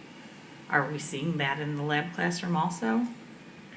I haven't seen it in the lab classroom, but certainly if that was something that was going to occur, no one is forced to talk about things they don't want to talk about. Right. So during the graffiti talk protocol that I saw, there was one little boy, and he was in here. He had the glasses, mm-hmm. and he just said pass. Mm-hmm. So when it was his opportunity to come around the first time around, he said something. The second time, I don't know if he didn't feel if he had something to contribute, but he passed. Nobody skipped a beat, and the next kid kind of went on. Mm-hmm. So there is room, even though we're kind of pushing engagement and creating an environment where they feel safe to engage deeply. They also feel comfortable passing if they don't want to contribute. So and that's. Some of those discussion protocols that we talked about give a chance it's a safe place. It's the opportunity to do those exchanges, those turn and talks with one another. That opportunity to practice those rehearsals, those strategies in safe places. So they have the opportunity to share with someone they're comfortable sharing with, whether they choose to share out in front of the whole class. Those opportunities are already created to be safe exchanges. So absolutely engagement and participation is actually first before anything else. They have that opportunity.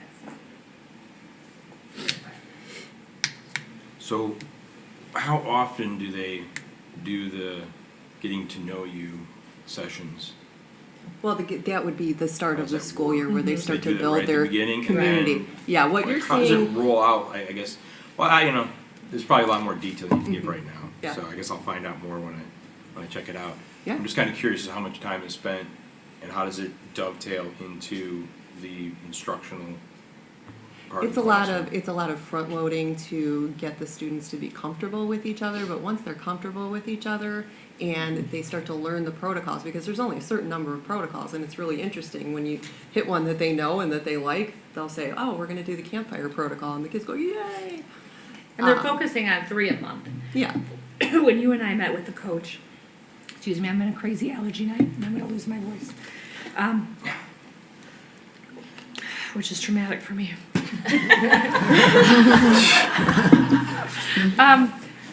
They're focusing on 3 a month, which I think is really reasonable in the classroom, so they're learning them very well.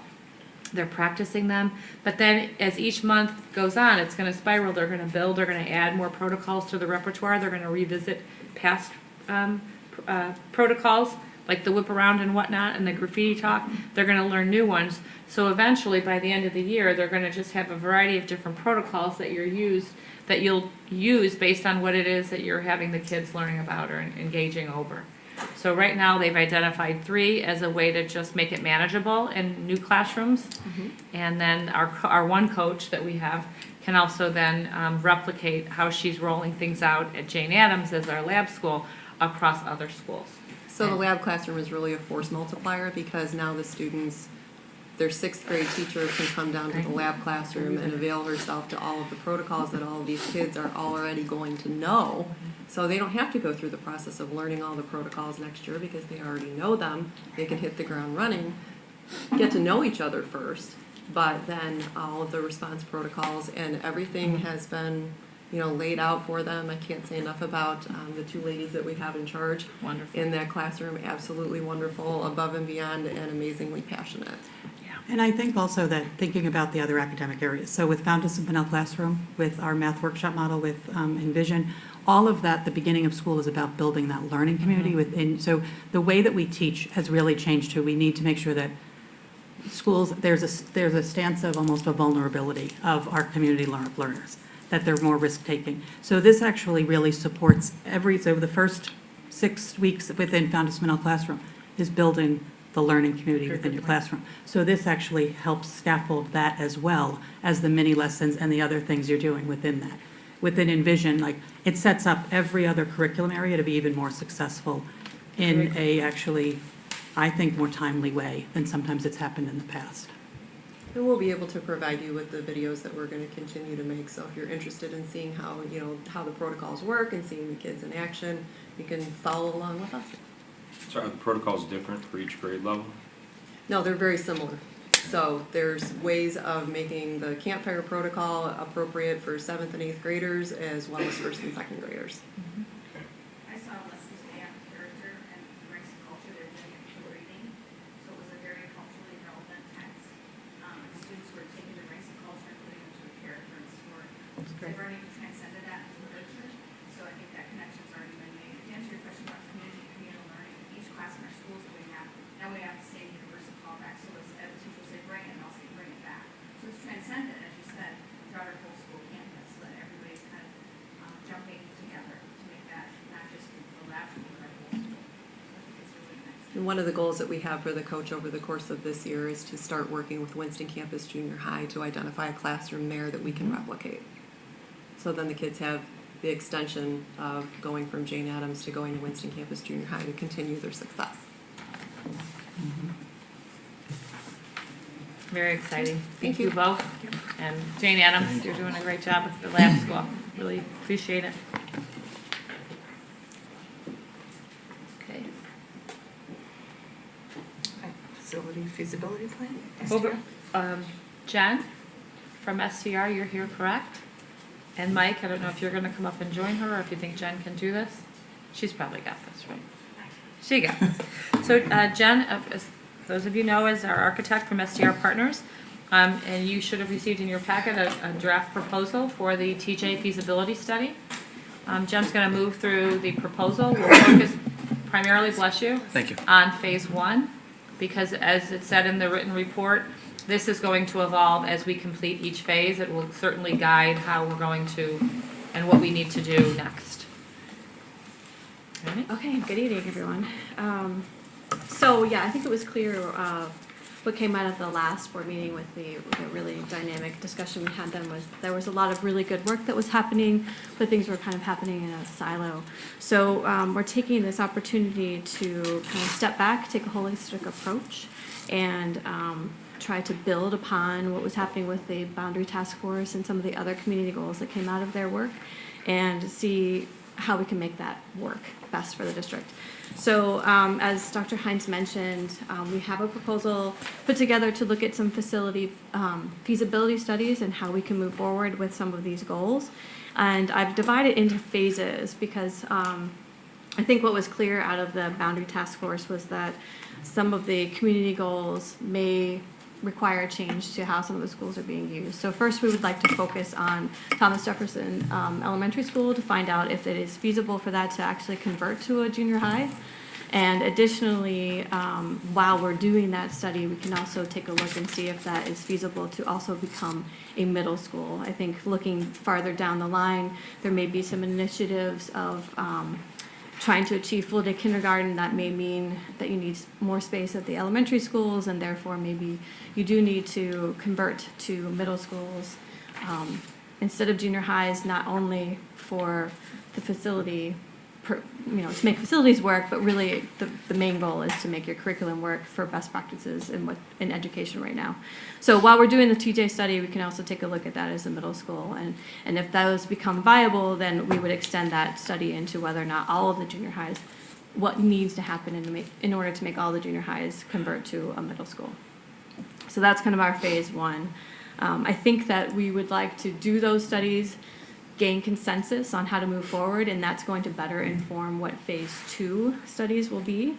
But right now it kind of looks like what then happens depending on what's determined for TJ to the elementary schools. So if full day kindergarten is still the goal, but we don't convert the junior highs to middle schools, so what do we need to do then for the elementary schools to incorporate kindergarten? Or if full day kindergarten is the goal and we are able to convert the junior highs to middle schools, what then do we need to do to the elementary schools to incorporate that kindergarten? I think there'll be two obviously different studies depending on how we decide to move forward with TJ. We've had a lot of meetings recently, so a lot of other things are coming into play that Mike is already gathering data on, but kind of through that lens of the Boundary Task Force goals, looking at the community goals of neighborhood schools, as well as kind of making a clear feeder pattern from school to school as the children grow through this district. We may be looking at ways to kind of have students with in their boundaries. What does it mean to the facilities if students go to the school that's in their boundary? So that's a little bit down the line. Overlay. Yeah, that's the boundary overlay. That's the feeder pattern studies. So I see lots of phases happening, but right now we're kind of focusing on phase one, which is TJ, junior high versus middle school, and then taking a look at the other junior highs. I know, Frank, that you really want to know schedule. How fast can this happen? He's not the That's only what I'm one. here for. I know. It's all over But we'll Facebook. blame him for all of I it. know, but I got grilled by Frank last time. So what we're shooting for is to do what is outlined as phase one. We'd like to get a draft to one of our progress meetings with Dr. Hines and the administrative group there, but then be able to come to the board and present that on the November 13th board meeting. That's just phase one, though. Did that cover everything you wanted to cover?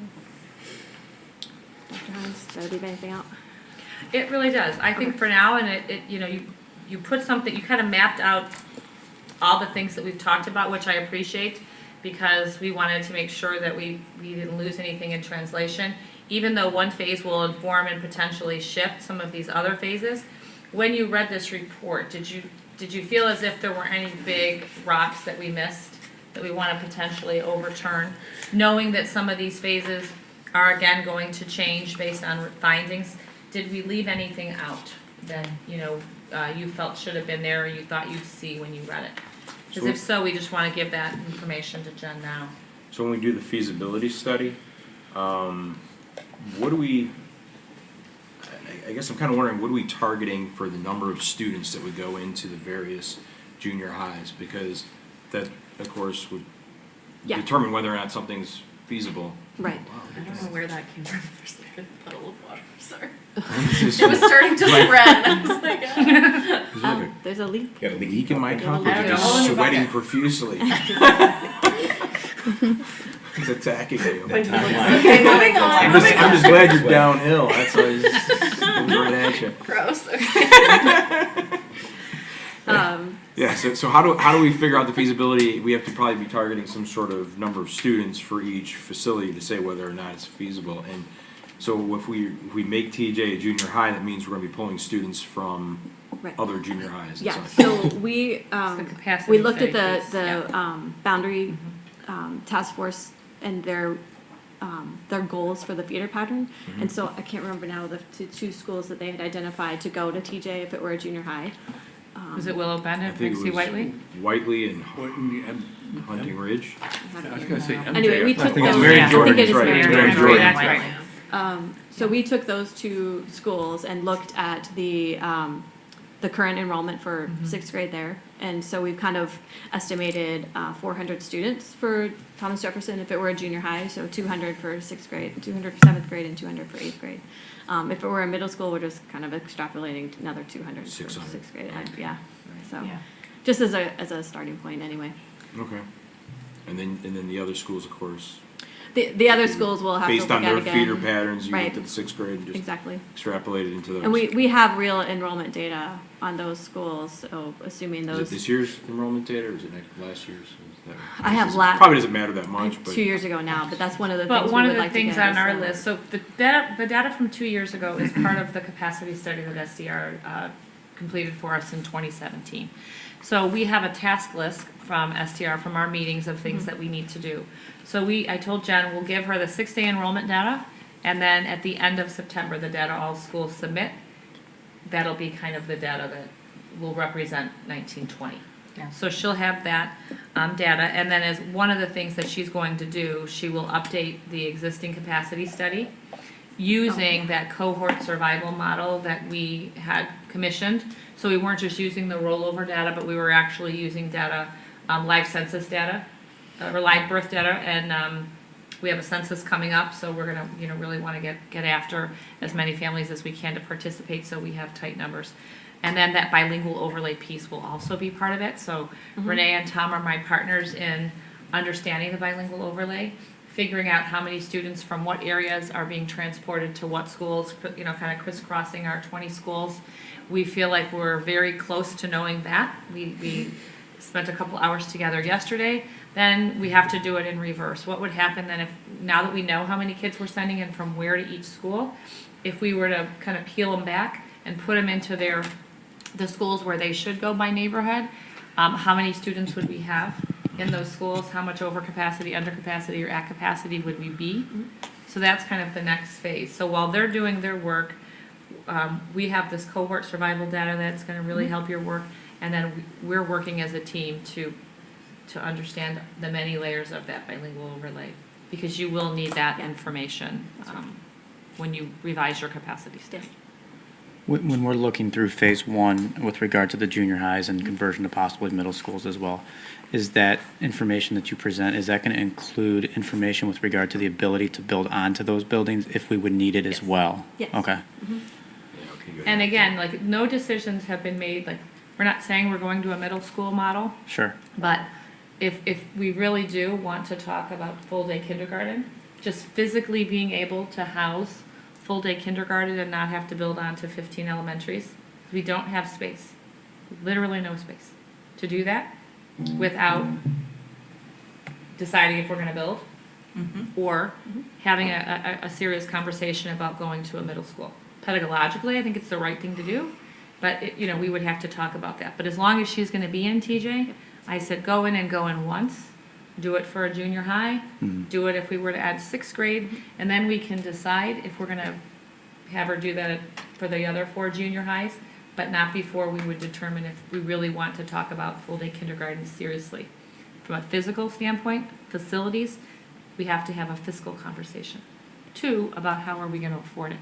Doubling our kindergarten workforce in perpetuity, salary benefits, extra materials, so on and so forth. So that's one of the things that we'll work on later on down the line. So that cohort study, is that you going back to like the first graders? That's when everything kind of like normalizes, because kindergarten, sometimes people Right. are sending them off to other places. Sure. But so you basically go back, take all the data all the way back to first grade, and kind of see how it's going. Right. You look at the in-grade growth patterns, how many kids you gain from, to your point, full-day kindergarten that come in first grade, that come in second grade. Are there any other grade levels? We sometimes pick kids up at the junior high because they want them to have that couple-year experience before they go to their local high school. So we have that data. The gentleman that did it, Brian Imhoff, did speak to Cheryl Wolfel and I. So when he created the 4-year cohort survival enrollment, projection, he had information around the bilingual overlay that's embedded in the results there. So. Are we also looking at just existing classrooms? I mean, it may not apply for Jefferson, but just general, like as you go down your phases, the existing, I think the boundary committee was talking about converting some existing space into classrooms that are being used for other things, some social services and those sort of things. Right. We'll kind of be taking a fresh blank slate of TJ and just figuring out how to put the program that's required for TJ as a junior high or a middle school into the spaces, and then determine if we do need to add on in order to make that successful or not. Okay. And But we'll just kind of bust out what the uses are now and recommend other uses. Yeah, there was a, I think if you go back to the boundary task force concept, there was a concept that was a full, a conversion to junior high, but then there was another concept, just in the conversation, I don't think that was what was ended up being presented, but there was another conversation that was TJ as a standalone middle school, not necessarily that every other junior high gets converted to middle school concept, but TJ either is a 7-8 or potentially a 6-7-8, and what is the impact of that on other schools in the area? Does that lighten the load, for example, for Plum Grove if you have that, and is it sufficiently impactful that it makes sense to move anything forward? No, it's a good first step, just phase 1. I mean, all of the options that were presented by the boundary committee this was kind of a threshold thing that we needed to see if it was feasible. So Right, if you can get that done by November. Right. Jen and Brian from the You're in good Boundary shape. Task Force did join us at one of our meetings. They're a wealth, as you know, a wealth of information because they've been very immersed and dedicated to that task force. So they gave you a lot of information, and I think it helped shape the proposal. We'll continue to include, them at different points because, again, they have done a lot of these exercises. I would like to, if we were to think about Jane Addams as a middle school, I'd want to have a serious conversation about whether we wanted to go that route as a district, where we would have 1 school that would be a middle school and 4 that would be junior highs. We would want to, I'm sure Meg would probably want to talk to, just from a curricular perspective, equity offerings. That would be part of a healthy conversation to have, just to see if we would want to do it differently or not. But yeah. All right, so what do you need from the board? The green light to expend. You can see it doesn't pass the $25,000 threshold where we would need you to take action on it, but we at least wanted you to know a proposed cost for this work. Seems reasonable? Okay. Yep. Great. Thank you. Can I just double check? I noticed here phase 3 is the evaluation of the need for the new school. So can I just confirm? I believe we had to report back by October. Is that correct, Mike, about Park Place? So where do we stand with that when that's going to be addressed with phase 3? I can talk a little bit of a lead on that one. So I have talked to the owner of Savis, the owner of Park Place. Mike has had some conversations as well. Reed Ottenson from the village has also had conversations with the owner.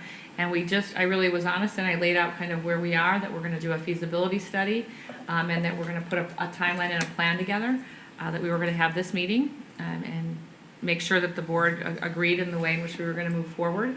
Jen may come back in October, or we may just report for you on kind of where you are in forward progress. At that October meeting, or you could let us know now, we will seek consensus from the board to determine if you want us to extend or ask for an extension of our due diligence period. Because the board meeting is October 9th, the end of our due diligence period is October 15th. For the owner to receive a potential tax break, his deadline would be Halloween, would be the 31st rather of October. So we can either decide now if we want to ask for that due diligence extension or see how we're progressing a month from now. But we have communicated with the owner to say that we can't make that decision at this moment I in time. feel like we all agreed to that extension at the last board meeting. Yeah, I Am think at least to wrong? look into whether or not the owner is willing to do that, because if he's saying no, I think that that's going to take something off the table for us, because I don't think any of us are prepared to make that decision right now. And that's kind of how we feel. We don't want to rush Right. that decision.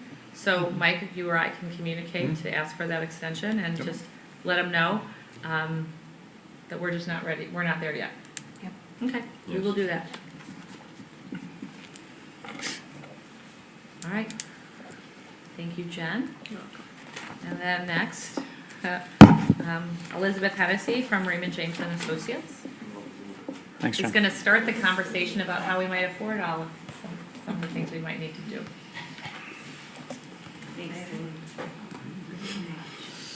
Hard copy, so you could write, the numbers might be a little small.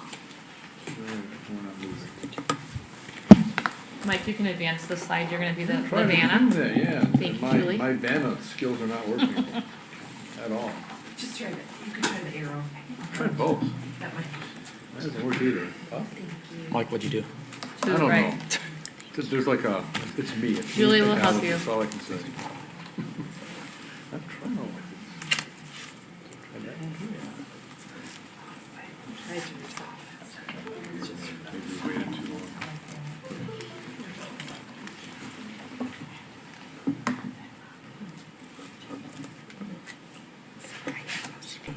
just go through it first.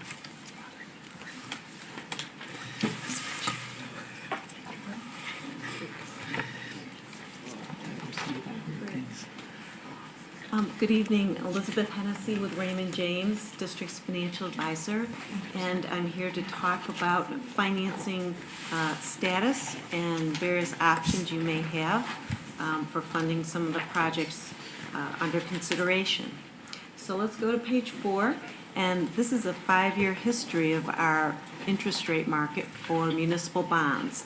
We've got the AAA Municipal Market Data Index, and treasury rates for the last 5-year period. And if you look at the red line, which is our 10-year, which is kind of the average, you can see we are at or near the low that we hit in July of 2016.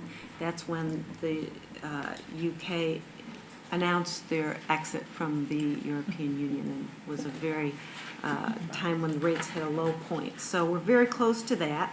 We're supposed to have yet another Fed decrease in rates in September. So we think the trend is going to be to have stable, low interest rates for a while here.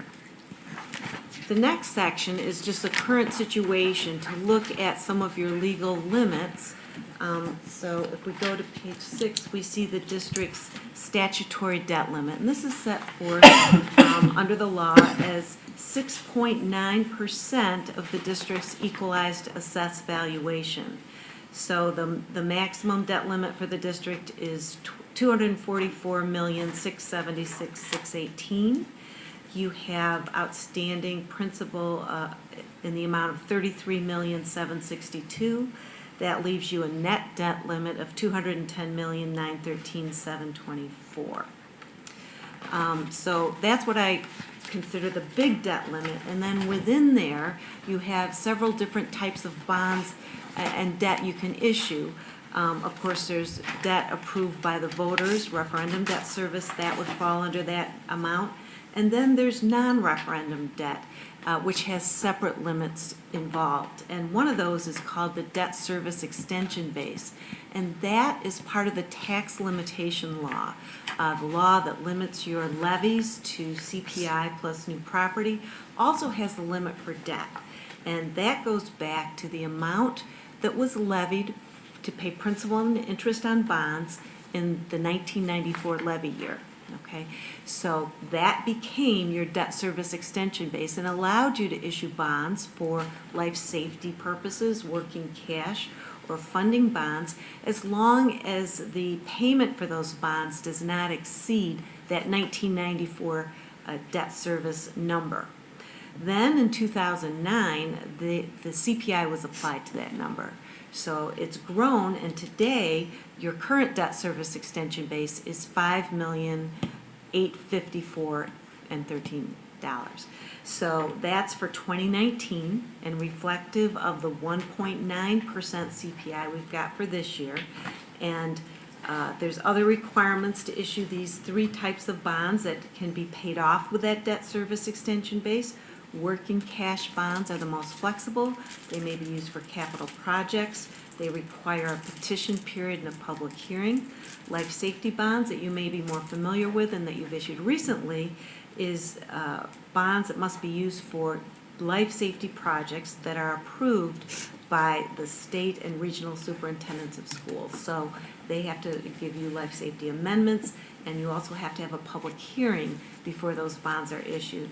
The third type of bonds are called funding bonds, and those are to refund any debt obligation the district might have, and those require also a petition period and public hearing.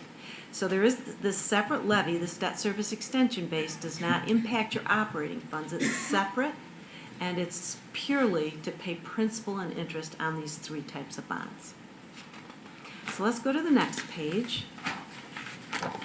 Starting on the left-hand side, you see your equalized assessed value, and we've been very conservative, assuming no increase for this analysis. We know there will be increases.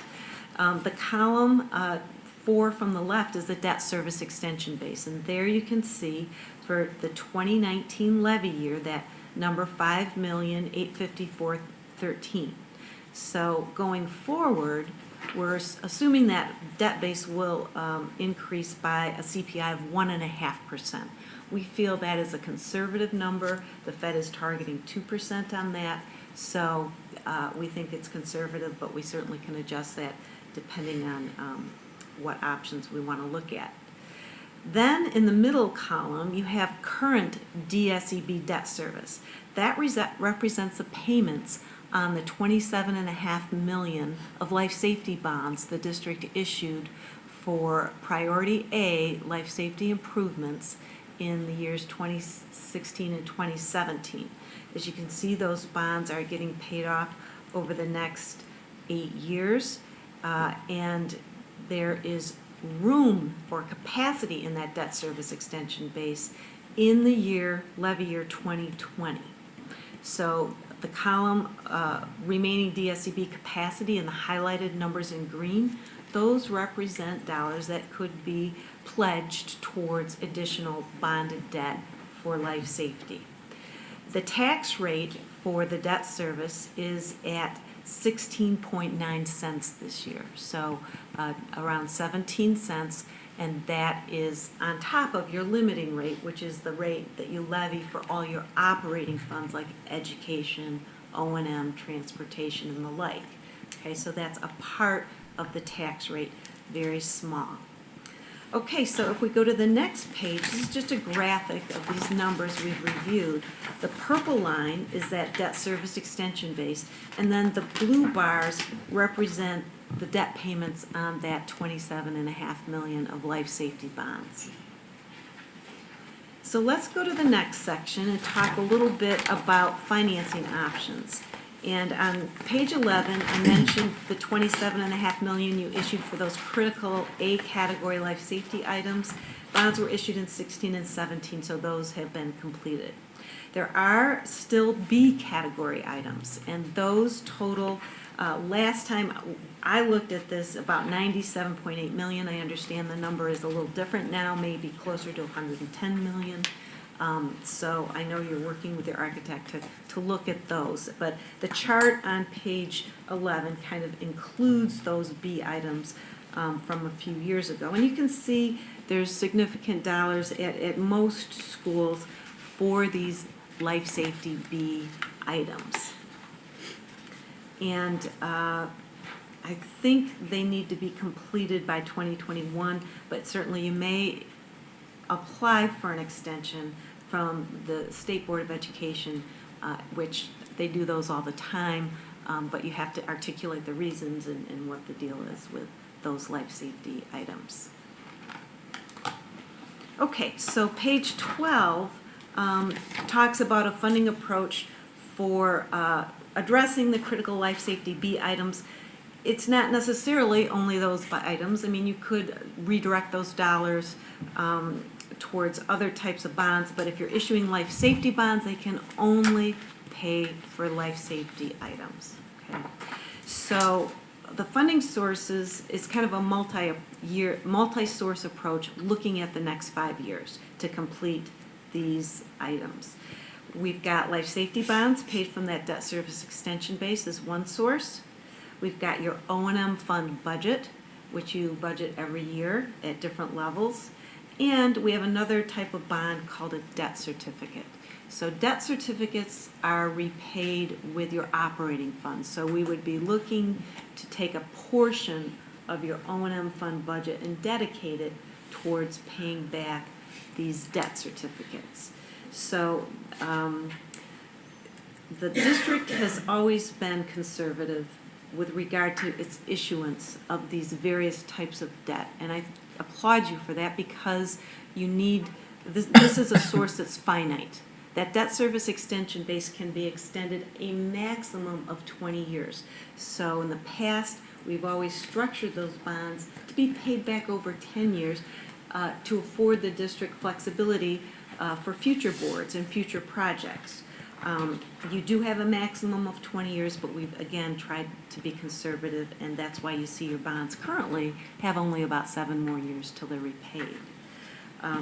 Debt certificates paid from the operating funds, we also suggest having a 10-year payback with those because those are paid from the operating funds. And if we have something coming down from Springfield like tax freeze or pension shift, that's going to cramp those operating funds where you may need some adjustments. So again, keeping a shorter term gives you flexibility. It also keeps the interest cost low on those bonds.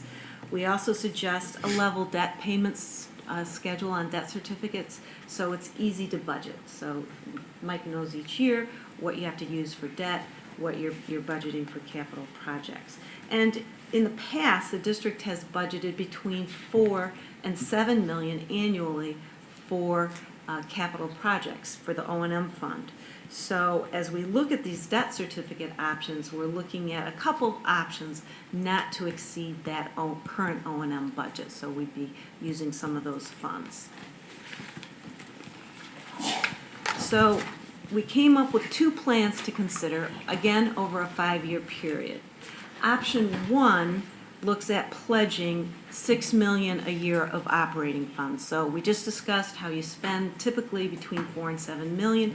This would say, gosh, for the next 5 years, we're going to pledge $6 million in option 1 each year for O&M.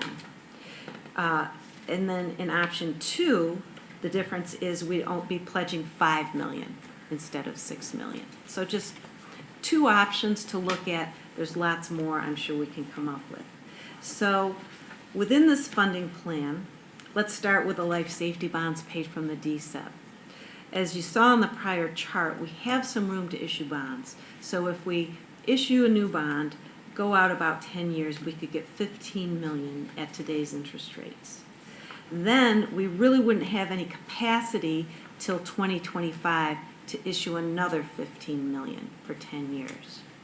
And I'll go through a chart that'll go through that and show you that you would, after that 2025 issue, have room again in 2028. Again, we want to make sure you have flexibility in the future. So from DSEB bonds over that 5-year period, we're looking at about $30 million.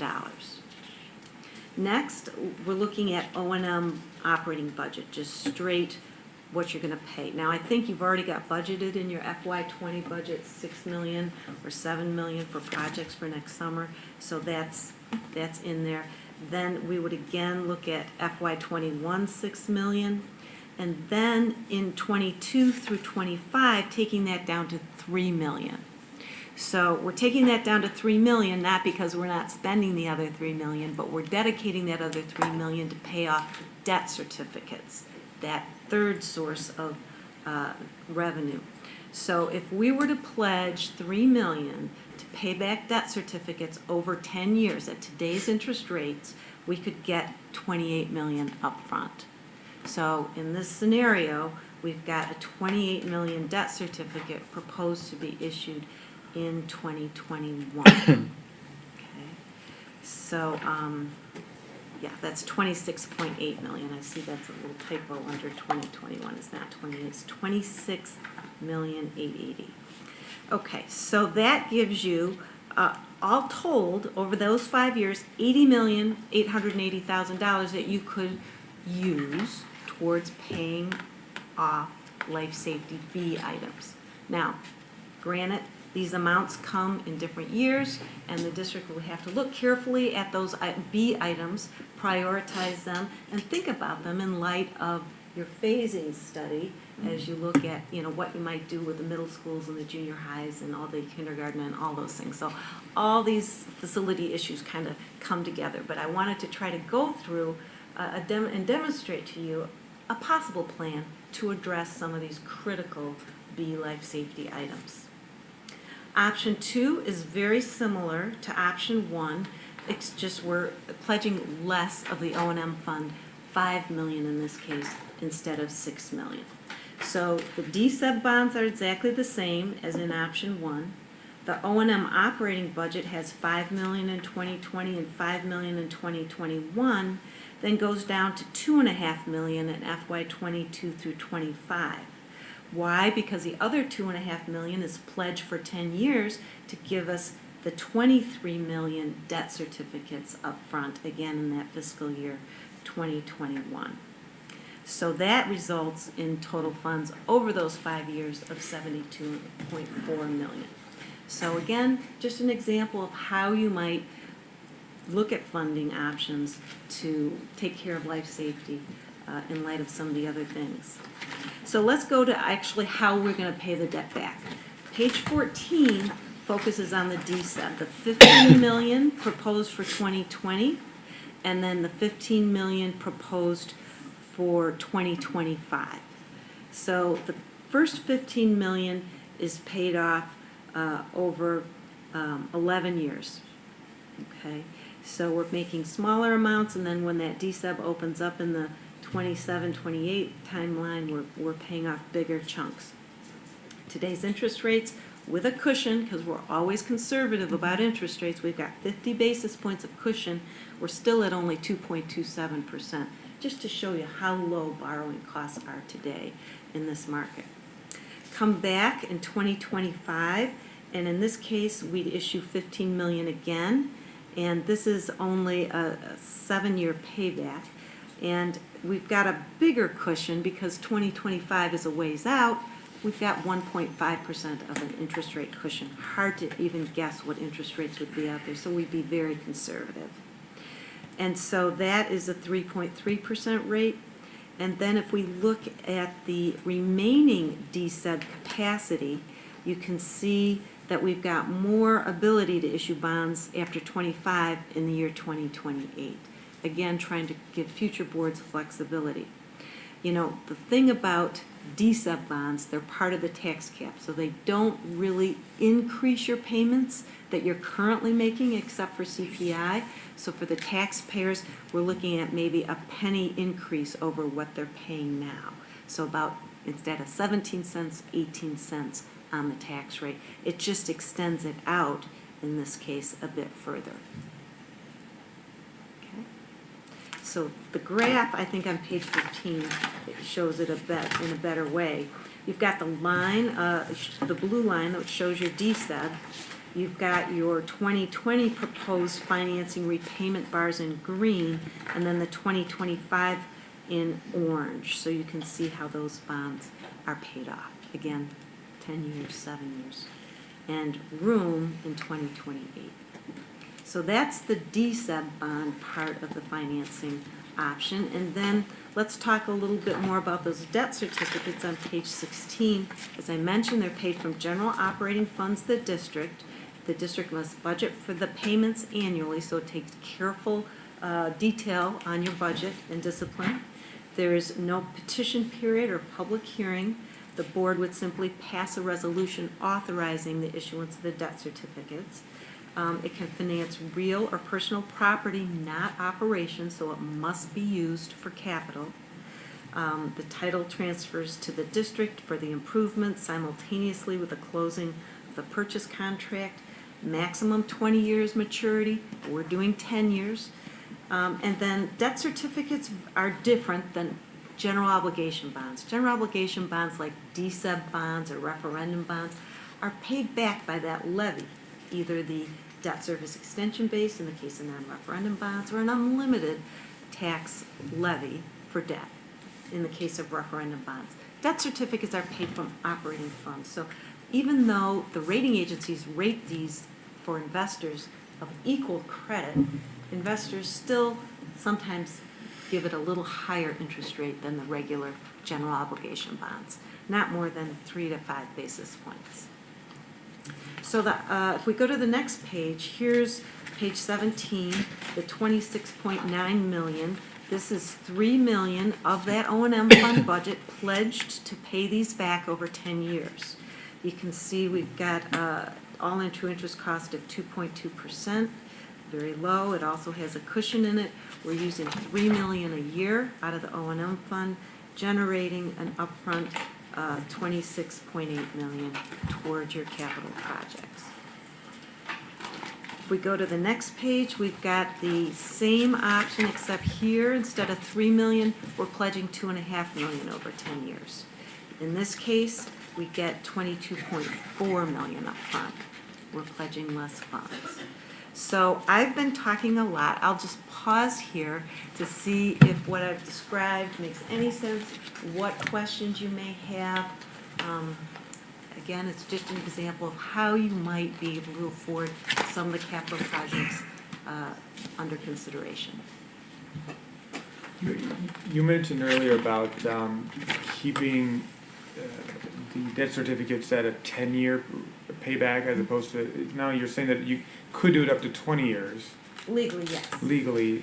Why? I mean, and I understand you want to keep flexibility, but to me it seems that if you have 20 years, you might even have more flexibility in the sense that although, you know, the future boards or even this board, you know, would just have less to pay back. I mean, there's more interest over the course of time, so that's the disadvantage, but just as to the flexibility point, maybe you could explain that. Sure. So, you know, you could definitely issue them for a longer period of time. 12, 15, 7, 20 years is the maximum. The idea is that the shorter payback gives you, makes the payment of them less risky to the district should things change in terms of how schools are financed in Illinois with regard to property tax freeze, pension shift, something that would eat into your property tax levy that would make this harder to afford. It's just simply a kind of a safety. But that's not to say that you couldn't do it for longer. In fact, in other districts, we've done it for 15 years. We don't often see it for 20 years, but that's not saying you couldn't. And then the other point that I think you made is the interest cost over time. So it's just a matter of conservative budgeting. Elizabeth, if I recall from the last Finance Committee meeting that we had, I think there was one other funding option that was out there. It was like a double-barreled bond or a combination bond. It is. That is called an alternate revenue bond, and it's paid back from the same source, the O&M fund, as these debt certificates. So the difference with the alternate bonds is that it is backed by two sources of revenue, not only that operating fund revenue, but also a tax levy that's in addition to the debt service extension base. And each year as the operating funds are available, you abate the debt service levy. So the beauty of that financing option is that it is a general obligation, and you do have that backup source levy in place should you need it. The downside is it takes longer to issue. You've got some public processes to go through, like that petition period and the public hearing, and then you just have to make sure you abate it every year. So. In your examples here, when you're talking about the DSEP bonds, what are we looking at in terms of the, I don't know, average additional amount of taxes that would, if we issue these bonds?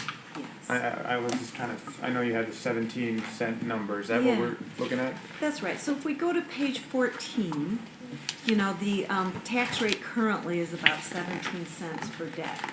So this would be an increase of about a penny, but you're extending the debt payments. So one could say, gosh, if you don't issue these bonds at all, that tax rate might go to 0. Sure. Which is possible. But, I think a lot of districts like to keep the payments level so taxpayers don't experience, a decrease and then a subsequent increase. And you can tell them that it's only going up by 1 cent. Sure. What is give me a translation on what this 1 cent is, the 17, 18, 19 cents per $100 $100 of value yes, of housing stock value. Yes, okay. Yes. And if I had my little calculator, I could do it for you on a home value. Would that be helpful? No, I get okay. it. You can do it. Yeah. Okay. Yeah. I just wanted to know what the number was, 100. Right. And the current 17 cents, that's just what they're paying based on the current life safety bonds that are still out there getting repaid. That's right. Yes.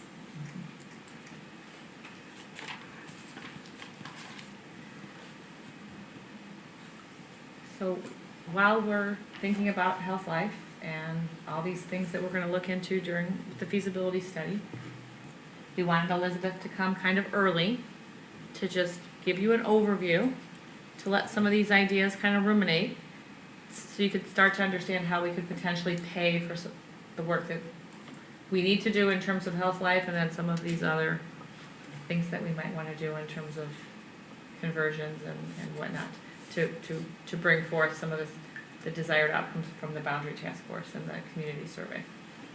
So she can come back at any time. We just wanted this to be in front of you early, so again, you could start to wrap your head around this. There's big numbers, there's a lot of nuances, but we wanted to get this out in front of you as early as we could, because with every decision we make or don't make, there's always a price tag, and we need to make sure we understand what money we have access to.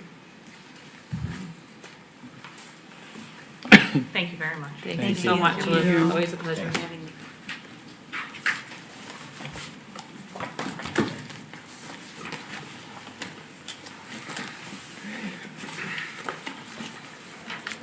Anything else? Nope. You sure? That's it. May I have a motion for the reading and acceptance of minutes, please? I'll make a motion to approve the minutes from the following meeting of the Board of Education, August 14th, 2019, regular Board of Education meeting and executive session. Second. Discussion? Roll call? Ader? Aye. Iannarino? Aye. Hunt? Aye. Khan? Aye. Smolka? Aye. Shupai? Aye. Wong? Aye. Motion carries. Board committee reports. Ed, Red, Frank? Okay, so a lot of bills have been put into effect. I think about 600 bills were approved. I think they said about 120 of them roughly had to do with affecting school districts in one way or another. Some of the ones affecting curriculum mandates. One of them was having to do with noting, I guess including the contributions of lesbian, gay, bisexual, and transgender individuals in society. That one is something that we may not have to address. I saw some information on it that may be taken care of at the high school level. So keep an eye on that. Also, that 6th, 7th, and 8th grade curriculum has at least one semester of civics education. I would think we probably already include that with, when we teach about the Constitution and the Illinois Constitution, so I think we're kind of covered there. There was also a requirement for instruction on mental health and illness. I think we got that one covered too, so I think we're still okay. And then instruction, the fourth one was instruction, history of Illinois, which, like I said, I think we already got that covered. So those 4 mandates, I think we're okay. Don't have to worry too much about that. The teachers' pay being increased to $400,000 a year. $40,000 a year. Whoa! Yikes! Awesome. By 2023, we don't have to worry about that. We already are at that level. One thing I noticed, they had one of the bills here that was signed into law awards grants. The ISBE can award grants to school districts to support school safety and security, especially safety-related upgrades to school buildings. This is effective in January. I wonder if that's something we can apply for grant money on. I would have to honestly research that and find out. Yeah, well, I mean, it just got signed into law, so I didn't think you had that covered yet. I just thought I'd highlight that as something maybe we want to look into, since we are doing that right now. So, That'd be Frank saying, get on it, Mike. The timing, I think, would be good. Strike while the iron's hot. Get that money before everybody else does. Senate Bill 1658, it's a big one. Note to self. Okay. He's writing it down. I saw that. That's why I said note to self. Frank's going to bring it up again. He's going to bring it up again and again. Okay. Let's see. One other interesting one here I thought was good was there was a House Bill 2830. I got my eyes checked. Prohibits an employer from terminating an employee because of absence due to attendance at a school conference or academic meeting. So I think that's good. I think make parents aware of that, so they know they shouldn't have to worry about attending their child's conferences here if necessary, that their employer cannot ding them for that. So we make parents aware of that. That'd be great. What else we have here? Oh yeah, and then another one I thought was interesting was the bill that requires a written agreement between school districts and technology companies before any specific information is collected. Requirements to safeguard the student data, and the actions must be followed if a breach occurs, and all kinds of other stuff. So I think we have agreements with Google with regards to children's data. I thought I saw something about that. I think that topic got brought up last year, but I just think that in light of this new law in Illinois, it's probably something we should revisit, just to make sure our agreements are all up to date, that we're taking care of safeguarding the students' data, and in fact, they would notify us if there's a breach, which happens occasionally. That is it. Thank you very much. Any questions? All right, OneFive Foundation. I talked about the OneFive in my superintendent update, that we're focusing on determining what we're going to fundraise around, and then we'll work on what type of new fundraising opportunities we're going to go after. One of the things we didn't mention is we're going to look at our vendor list and really try to go after vendors, especially those that do large, high-value projects with us, construction, architects, other business partners, to see if we can't get some in-kind donations to help fund some of the innovative ideas that we're going to fundraise around this year. Mike, anything to add? Yeah, I guess additionally, we had first meeting was this morning. I was unable to attend due to work obligations, but I heard that we did get a grant again from Northrop Grumman to help sponsor our Lego and our robotics team. So those are back in effect for this year, thanks to large employer in our district. So hopefully we'll hear good news coming from both the Lego teams and the robotics team as the year goes on. Excellent. Thank you. Finance Committee, Anthony, Wendell. Yeah, no new updates at this time, but again, part of our carryover from last meeting was, again, some of the financing options, so getting Elizabeth up here and getting some of those options out early in front of the board and the community, I think is critically important, just to make sure we've got that time to digest some things, so. Sense. Equity Committee, Zubair, Sam? Not really anything to report at this time. You know, a lot of the equity committee stuff, it certainly looks like equity is going to be a showcase item as we move forward, but I do think that we have to talk with Dr. Hines here just to kind of see what role we can play moving forward. I mean, certainly we got coming up our meeting with Dr. Holly, and then we have other. I know that there are other seminars that are going on that we're planning to attend. There's a webinar coming up, I think, next week. The IASB Yeah, sent all so of you we'll be a webinar. attending that. The fall dinner is on, like you just mentioned, is on equity. So we have a lot of these things, but I think it makes sense that after we, maybe after we have a little bit more of the CLR kind of understanding, that's a good jumping off point to see, okay, what next, you know. in terms of that. Dr. Holly, when Dr. Schnorr and I spoke with him about the dinner meeting that we're going to have, we did talk about, Sam, your equity resolution and some of the things that you shared. So we're going to use part of that time when we're together to talk about that and see what, you know, it might be, when might be the right time to do that, what that would entail. And we did commit to, you know, after some of the things that Zubair talked about, getting that group together, getting the equity committee together, but we wanted to at least have the CLR presentation tonight, the dinner with Dr. Holly at the end of September, and then it would seem that we would have a little bit more information and potential direction in terms of redefining a purpose. Because I know when you started at Zubair, it was because you maybe didn't know our focus in some of the things that we were working on, and now, as you've said, it is very much kind of a centerpiece. We might want to establish a new purpose and figure out what would be reasonable work for a board to do around that topic. Well, I like the fact that even in the presentation today, we saw the connection between, we had already talked about the need for greater oral language skills as one of the factors in the achievement gap, and how the CLR program, that's one of their major points as to what they're increasing in the students. So it'd be great to talk to Dr. Holly, go actually attend one of these classrooms and see those things at work. Right, and then we hopefully can you'll be move able to do forward that from at those October visits we're setting aside. Okay. Right? All good? Yep. Thank you very much. Action items. Item 6.1, may I have a motion for the approval of the personnel report, please? I make a motion to approve the September 11, 2019 personnel report as presented. Second? Second. Discussion? Roll call? Iannarino. Aye. Hunt. Aye. Khan. Aye. Smolka. Aye. Shupai. Aye. Wong. Aye. Ader. Aye. Motion carries. Item 6.2, motion please. I make a motion to approve an increase of one position to the communications department for a district translator, Spanish, as recommended. Second? Second. Discussion? Roll call? Hunt. Aye. Khan. Aye. Smolka. Aye. Shupai. Aye. Wong. Aye. Ader. Aye. Iannarino. Aye.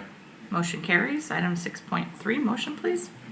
Make a motion to approve the adoption of the fiscal year 2020 budget as presented. Second? Second. Discussion? Roll call? Just briefly, there were no changes to what was presented at last meeting, Mike, correct, you had Mike? a few areas, right? And Corey? There are, Corey and I will do a real quick PowerPoint. Sure. With the changes of what we've done today.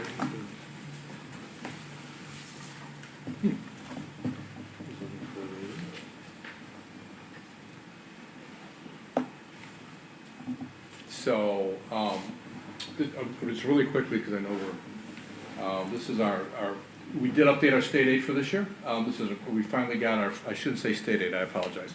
Our EBF funding, evidence-based funding amount for the current school year, that's $16,925,000. So going back, 17-18 was the first school, it was the first year. Additional funding for the first year was $384,000 in 17-18. $394,000 in 18-19, and our increase this year, 19-20, was about $410,000. So that's gone up a little bit from what we had anticipated. And to answer Mr. Smolka's questions, here's the summary of the changes that we've made to the budget since June. When we look at it in June, we had expenditures in excess of revenues of $6,458,000. We've updated TIF estimates in the village of Palatine, actually a large dollar amount, higher than we've ever had before. We usually budget about $335,000. We're budgeting $2 million this year. The village of Palatine is closing out 2 TIFs, so there's extra money involved. Be honest, that money could even be a little low. I just talked to village manager Reed Otteson. I don't want to go too much higher than that, but that amount could even go up by about another $300,000 or $400,000. They haven't finalized those amounts. You have to finalize those amounts, which you hope to do in the month of September, which Palatine Village Council has to approve, and then we'll get a final amount. So There's that's no, a nice increase in the TIF revenue. there's no thought that they're going to extend that TIF last minute, is there? No. Not that we're hearing. No, Reed- No. Reed said We no. met with the mayors and the village managers yesterday, had a luncheon, and just to talk with them about some of our facility work and partnerships, and let us know if TIFs are, new ones are gonna form, if you're gonna extend, if any are gonna roll off, and Sounds either like they have nothing. really good poker faces or Okay. doesn't seem like it. And then Mike, if you wouldn't mind talking about that number that exceeds with the revenue versus expenditures and why it's like that and how it has to do with our facilities and the pledge that you've made. The 6.458? Yes. So if expenditures exceed revenue, so we're at deficit for the current year, 6.458 million, and we'll see that in the current slide, the majority of that is due to, is the capital projects. And Liz Hennessy had talked, the district out of its O&M fund, Fund 20, spends between $4 to $7 million every year. So even though we run deficits, as we call them, it's because of the large commitment that we put to capital projects. I just want to make sure, especially our new board members, just didn't think we were wildly spending. But it really had to do with the work that we have to do relative to health, life, safety on our facilities. We added almost $262,000 CPPRT, commercial property, what does that stand for? Replacement tax, CPP. Commercial personal property replacement tax, thank you. Almost $262,000, we get that from the Illinois Department of Revenue. Now that we have preliminary closeout numbers from our results of operations for the 18-19 school year, we have a spreadsheet, we plug the numbers into our spreadsheet to guesstimate what our transportation reimbursement formula will be. We got preliminary reimbursement amounts from ISB to a seminar I went to last month. So we were able to increase our transportation reimbursement revenue. So the revenue we get in 1918 is based on our expenditures in 18-19. About $272,000 there. We estimated our EBF funding, it came in $35,000 higher than we estimated. So I thought we came really good on that. Investment income, that there was some banking changes and some compensating balances, $25,000, and just other miscellaneous expenditures of about $38,000. Increase in CTC salaries. I know we've had personnel items going to the board July, August, additional staff for full-time substitutes, additional special ed positions. That's an increase of about $953,000. Some savings associated with that as well, because as we put the full-time subs in the classroom, we also will expect to see a decrease, corresponding decrease in our PA salaries of almost $378,000. We have reduced our capital projects fund by almost $485,000. Why did we do that? Because it's all a timing difference, right? We budgeted for the summer of 19, which starts July 1. As soon as school gets out, the contractors go in there. As long as they bill us between the end of school and June 30th, and then Corey has to accrue those charges back to the prior fiscal year. So there's always a little swag or a guesstimate in there. But again, since Corey's working on the audit, we know what that is. Increase in operations and maintenance budget, I think one of those $125,000 is for a truck. Increase in administrative salaries, I will admit that's a high number. That's overlap salaries for Sue Gehring and myself. And as I looked at that number, I said, oh, that's awful high. But I was at the point of the budget was almost done, and I didn't want to go back and make a bunch of changes. Because one change affects like so many different changes. That's what that $140,000 represents. That would be a 6-month overlap, January 1 to June 30th for both Sue and I. I can almost guarantee you that I know that number's too high. And then some other miscellaneous changes, reduce some of our OTPT, increase that. We have to replace our AED, our automated external defibrillators. The batteries do go, we have to replace those, and then the devices actually wear out after a period of time. The interpreter's salary, which the board approved earlier tonight, $37,500, that's for a partial year. We got our final premiums for all of our insurances, $16,500, and a lot of other miscellaneous adjustments, $5,000 and $10,000. $208,000 looks like a lot, but when our budget's about $165 million, $200,000 as a percentage is really small. So we're able to increase our fund balance, so instead of having a deficit or expenditures in excess of revenues by $6.5 million, we estimate it'll be about $4.86 million for next year. We always look at salaries too. I say the download, so after HR department puts in all of the salaries and rolls all the salaries forward, we download that report to see what those teachers cost. So for 898.87 teachers, 70.5 million almost. There's still some positions that hadn't been filled as of August 29. I'm not sure exactly where we're at today on that. 2 positions for permanent subs, another 5 for anticipated special ed teachers. There were still 2 vacancies for bilingual resource, 1 reading consultant, 1 special ed resource, one speech and language. Gets us to almost $71 million. We put in a reserve for degree changes. Teachers have until I think October 15, November 1 to submit for a degree change. So if they go from a BA to a BA plus 16 to an MA, so we estimate it's about $200,000. That's historically what that number's been. That would give us total salaries, CTC salaries next year, which is in the budget of $71,184,000. And I know we always look at what did we look at? And I'm looking at Mr. Khan because he asks that question every time.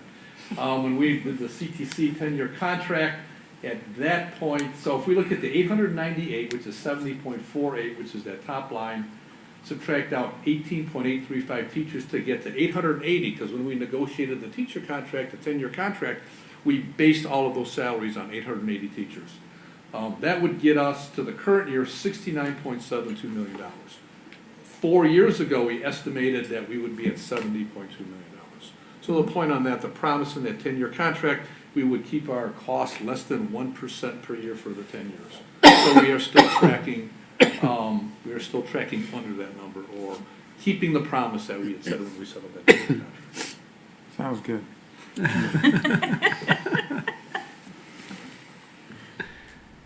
And capital outlay, again, it just reviewed our capital outlay budget. TIF revenue, again, that's usually about $335,000. So we've increased that to $2 million. To pay for all the projects, we have to transfer in $10 million. And what did we do over the summer? We did some parking lot improvements at Frank C. Whiteley, new playgrounds at Marion Jordan and Jane Addams. Those are both in.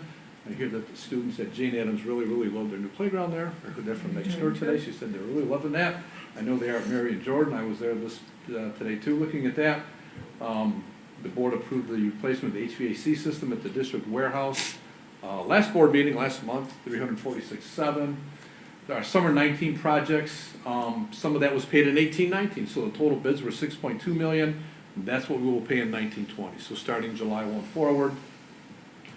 New carpeting at Central Road in Virginia Lake, the secure entrances, the remainder of what we didn't pay. Again, in last fiscal year till we have this fiscal year, that's the amount for those 5 buildings that we have there. We had to remove some asbestos, which was really the asbestos floor tile underneath the carpeting at Virginia Lake. Some other items that maybe everybody doesn't know about. We also replaced stage drapes at 1, 2, 3, 4, 5, 6, 7, 8. I think that's 10 buildings for $100,000. We had to replace the sanitary sewer at Plum Grove. It was not pretty what was going on. That was the actual amount, $54,955. And then contingency, so what I've got in there, 20% for assuming $5 million of expenditures for next year, and $113,000 for some other little miscellaneous things that we think that we're going to have. The AE fees associated with that we would incur for the summer of 20 projects. So that gets us a $6.74 million budget for capital projects. Again, right where we had talked about and what Liz Hennessy had said, between 4.7. So our net change in fund balance, because we have that large $10 million transfer in, 5.3. estimating a negative fund balance. Again, it's all a timing on when we pay the bills. So it would give us an ending fund balance in our capital projects fund of 2.6, which we would end up spending any. I mean, ultimately, the district will spend, any dollars that are left over in our capital projects fund. What I should do is skip over that. So just to look at revenue, the adopted budget, if we look at all the funds, ed fund through health, life, safety, it was almost $159 million for the budget last year. We estimated 162.73 for the tentative budget for all funds excluding debt that we presented to the board in June. So this September we have total expenditures of $165 million. Our adopted budget for last year, all funds, we see excluding debt, $162.7 million. We estimated $169 million back in June. Now we're at $169.7 million. So as we look at that, adopted budget last year, expenditures exceeding revenues of 3.9. In June, that was 6.5. In September, we're at 4.86. But again, if we look at the capital projects, what have we spent? In 18-19, our budget was 7.4, 7.2 we estimated for 19-20, and now we're at 6.7. So again, we've been pretty consistent. I will say 9 years ago when I first got here, we were spending about the board was spending, not we, the board was spending about $3 million a year on capital projects. So that's really been ramped up, as we know we have a lot of needs out there over the last few years. So a segue to that, what else do we, our commitments, other items outside the life safety. We'll look at a slide for the B items. Carpet replacement, we've been making an effort to replace carpeting. We did Virginia Lake, as I had mentioned, and Central Road this summer. We will be looking at finishing Kimball Hill, Lake Louise, and Marion Jordan. Next year, I think Marion Jordan is about 25 years old. It's dated. I mean, it's really not the laminating. The carpet's not the laminating from the pad. There's no ripples in it. And it's held up really, really well. But it is dated. It needs to be replaced. So I've sat with Craig Phillips and we've established what buildings over the next 5 years. So there's about $3,425,000 in carpet replacement over the next 5 years, and that's over and above the B items. Playground replacements, again, we did Jane Addams, we did Marion Jordan this summer. Again, Craig Phillips and I sat down and we went through and did a schedule of what buildings need new playgrounds to be replaced over the next 5 years, and we've scheduled that out as well. So about $3.5 million in playgrounds. So if we look at carpeting, it's 3.425, 3.5 million in playgrounds. So there's about $7 million just in those two categories alone. Again, outside of the B items. And then Craig Phillips did sit with Andy Phelps from STR, looked at the remaining life safety B items. That number looks high at the bottom, 131.9. And we've got 3.5 million for the 2021 school year, 20 million a year after that, 16.7, 15.3, and then 12 million in 24-25 would do all of those B items. But can you please talk to the board about what we talked about today, that 5-year projection, why that number is so much higher than the 110 or so that we've been thinking we were closer to? And that had to do with the combination of AE fees, C&M fees, how you've projected and built some of your fees into the work already, Jen, right? Yeah, I'll let Jen, if you don't mind, talk about the escalation. Yeah. Go ahead. Because with all your numbers, go ahead, except that last line that I put in there, but go ahead. Yeah, so the escalation line, the estimates that were done for the health and life safety were done at the time of the report. So obviously, construction costs over the past 4 years, 5 years have increased, and so we're still projecting that we're kind of guessing right now at a continued 5% increase over the next each year. So that's why the escalation number is a little bit higher. Which totals about 33 million. If you take, I didn't mean to interrupt, you take the 660, the 9, 8, 9.6, and the 8.7, That's about $33 million just on the price escalation alone. So sometimes we're looking at raw numbers when we look at the outstanding B items, Right. but then when we look and schedule that over a 5-year period and we add the escalation to it, then obviously the number will go up. Contingency is simply that, you know, the estimates are estimates, and we want to be conservative and make sure that we're not underestimating what needs to be done. Our A&E fee is based on our contract.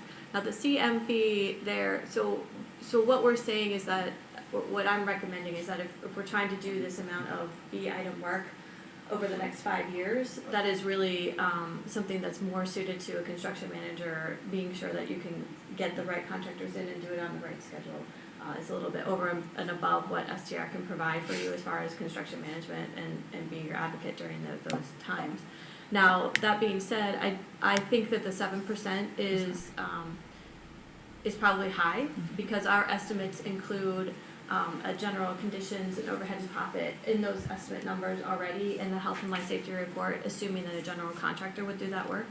If the general contractor isn't doing the work, but the CM is, so that's kind of a double dip. I think that a CM will be a premium over the estimates that we have in the health and life safety fund, but I don't think it is a full 7% fee. I think it would be more like 2.5%, something like that, over what our estimate is. That was my bad. When I got STR's report, I looked at those numbers and I said, oh my God, we would really drive Van Lee crazy over the next 3 years. if we just had Van Lee running around. And honestly, that would be a lot of work that we could not do that without a construction manager. And when we did the $27.25 million of the life safety bonds in the summers of 16 and 17, Gil Bain is the board members that were here then, remember we did have a CM back then. So I thought we do need a CM. I was unaware that STR already had a factor in there for some of that. So Plus, this is the way Mike does it, you know, he kind of projects everything That's real fine. high, High, so he we come comes under, in that's right. low, you know. We got you. Yeah, I know. And again, correct me if I'm wrong, but the escalation fee is also assuming, because we've seen labor and material costs go up significantly over the last year or two. That's assuming those costs continue to rise in that same trend line, or? Yeah, so the escalation that's shown there is showing what we've seen happen since we did the estimates. So we've added that percentage on top, and then we're continuing out for the future years, I think, a 5% per year, just because we don't know what else to carry right now. Yeah, okay. It could go down. Yeah. All right. It could go up. I don't think it's going to go up. Better to forecast going up. Yeah. Yeah. Yeah. She's following Mike's lead. Keep it high. For escalation in this climate, I don't know what else. Right. Yeah. Can you remind me, which year will we have to do another life safety?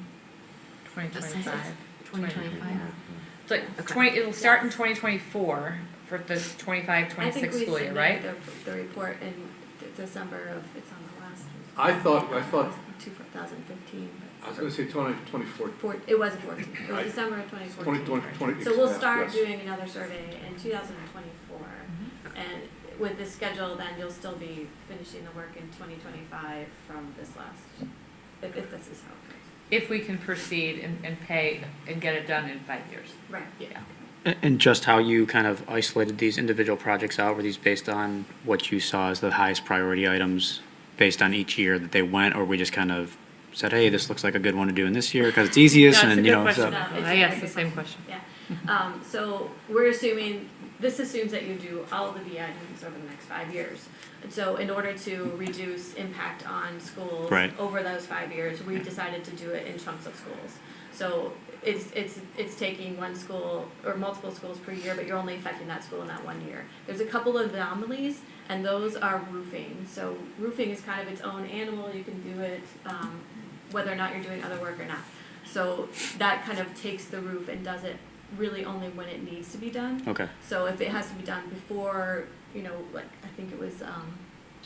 Well, you know, so Willow Bend is on there. So Willow twice. Bend, we're doing the work this summer, and then we're coming back, unfortunately, the following summer, it sounds like, it looks like here, to do the rest of the work.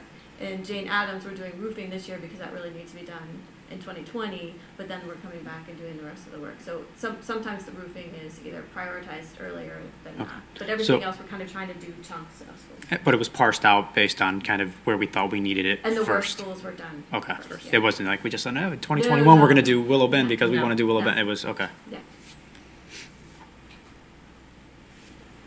Yeah, Craig and Luke had input on which schools we. Where the priorities kind of fell in each year. Yeah, and Craig and Luke, they know the buildings inside and out, they really do, as well as Van Lee, so they're valuable resources. So any questions? And at some point, looking at those numbers and looking at the schools that we're going to target, if we have to make additions to school because of the boundaries task force and because of all the changes that we want to make, those numbers all change a little bit and the schedule changes, right? Right, that was kind of one of the other phases in our proposal, was to take a look at whatever happens as a result of the feasibility facility studies and see how it affects the life safety report. Thanks, Because guys. right now, the life safety report has been in its own silo too, right, so. Yeah, now we're kind of We trying have to to pull everything Pull together. it together. Thanks, guys. Excellent. Thank you. Thank you, and thanks for staying, Jen. Any further discussion? Roll call. Frank? Further discussion? No. Just start with Frank first. You look like you No. want to cry, but aside from that, No. all right. Roll call. Hatton, Aye. Smolka, Aye. Shupai, Aye. Wong, Aye. Ader, Aye. Anarino, Aye. Hunt. Aye. Motion carries. Motion for item 6.4, please. Just Make- wanted to know if anybody had any questions about this policy before we jump on it. I've never seen it in board policy. I like that it is because it makes it really clear. But any questions? Sure. Make a motion to approve the associated costs, travel, registration, meals, and/or housing for the Illinois Association of School Boards Annual Conference attendees. Second. Second. Discussion. Roll call. Smolka, Excuse me. Aye. Shupai, Aye. Wong, Aye. Ader, Aye. Anarino, Aye. Hunt, Aye. Khan. Aye. Motion carries. Item 6.5, motion please. I make a motion to reject the Thomas Jefferson Elementary School drainage improvement bid 20-005 due to bid amounts far exceeding the original project budget. IMEG Corp. will review the project requirements and revise the plans to a more limited scope of work, after which new quotes will be obtained. Second. Second. Discussion. What was, was there some logic to the, Yeah, so when we had established a budget, so we worked with IMEC, who is our civil engineer, and the gentleman's name is Harlan, who we talked to, so Harlan estimated the job would be about $25,000. When the bids came in, they were all double that, they were all over $50,000, so we said, can I call one or two of the contractors? There was just confusion with what we were asking them to do and what we really need to get done. So what do we need to do with Thomas Jefferson? If you go to the back of Thomas Jefferson in the fall and the spring, it's flooded, it gets flooded. So all we really need to do is put a drainage tile, drain it to the creek, and put some pea gravel there, and that's it. And he's estimating 25 at a high point. When they came in over double that, we said there's something wrong. So we want to reject it all. We will go out again, and honestly, we should be able to, I know we can get it for less than 25,000, so we'll revise what the documents are, we'll get quotes, and we'll get it to inside the budget where we want to get it. And we want to get the work done this fall too. yeah. And then we can change the bid spec language to make it clearer then? Yes, absolutely, yes, because where they came in, and it was just totally unreasonable to what we, being our civil engineers, thought that the cost should come in at. That was the first thing I did. I called them up. I said, "What's going on?" Did you bid what I asked you to bid? Yes. But that's fine. All right, thanks, Mike. Roll call. Shupai, Aye. Vaughn, Aye. Ader, Aye. Iannarino, Aye. Hunt, Aye.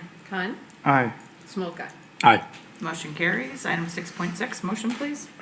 I make a motion to award the contract for the one-year renewal of direct diversion of USDA cheese bid 16-007 to Land O'Lakes out of Spencer, Wisconsin, referencing the price case and portions per renewal contract as recommended. That's a lot of cheese. Second. I love the cheese, the stuff. It's good stuff. Second. Cheese bid. I like that as a diversion too, direct diversion of cheese. Being from Wisconsin, I wanted to make the cheese motion.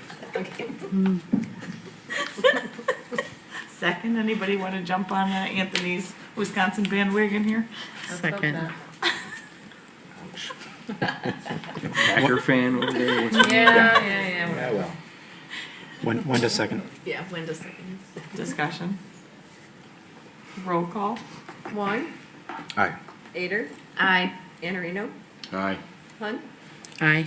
Khan, Aye. Smolka, Aye. Shupai. Motion carries on the cheese bid.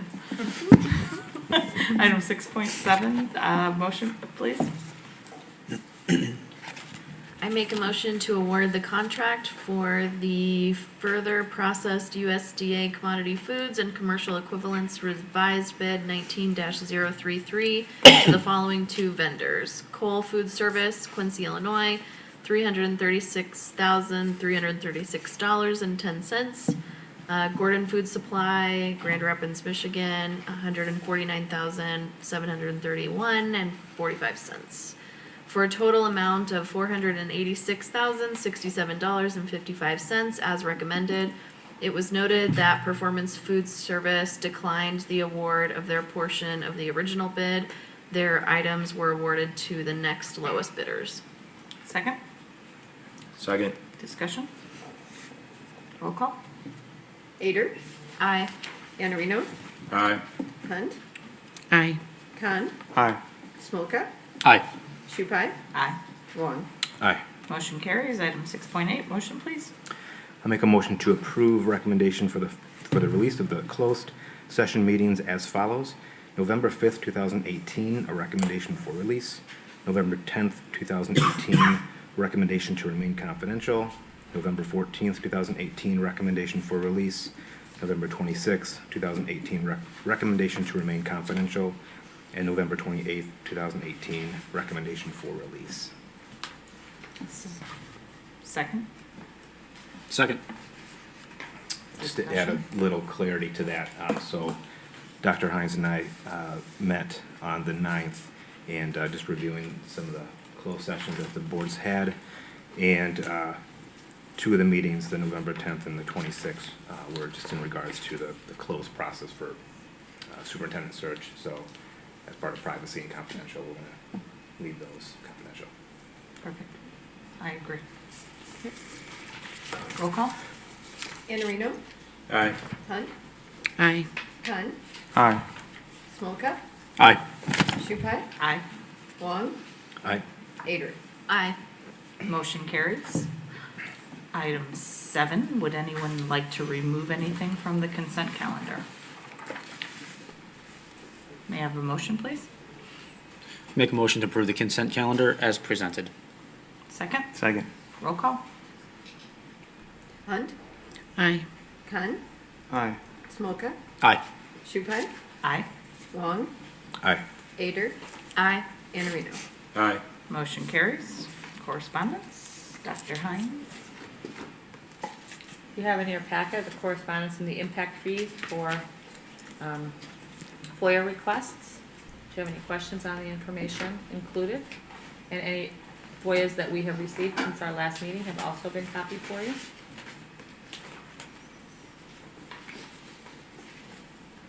No? Nope. Okay. All right, may I have a motion to go into executive session, please? Make a motion to go into executive session to discuss Do you the, want it- Since it's late, I don't, if you might, if you don't Yeah. mind.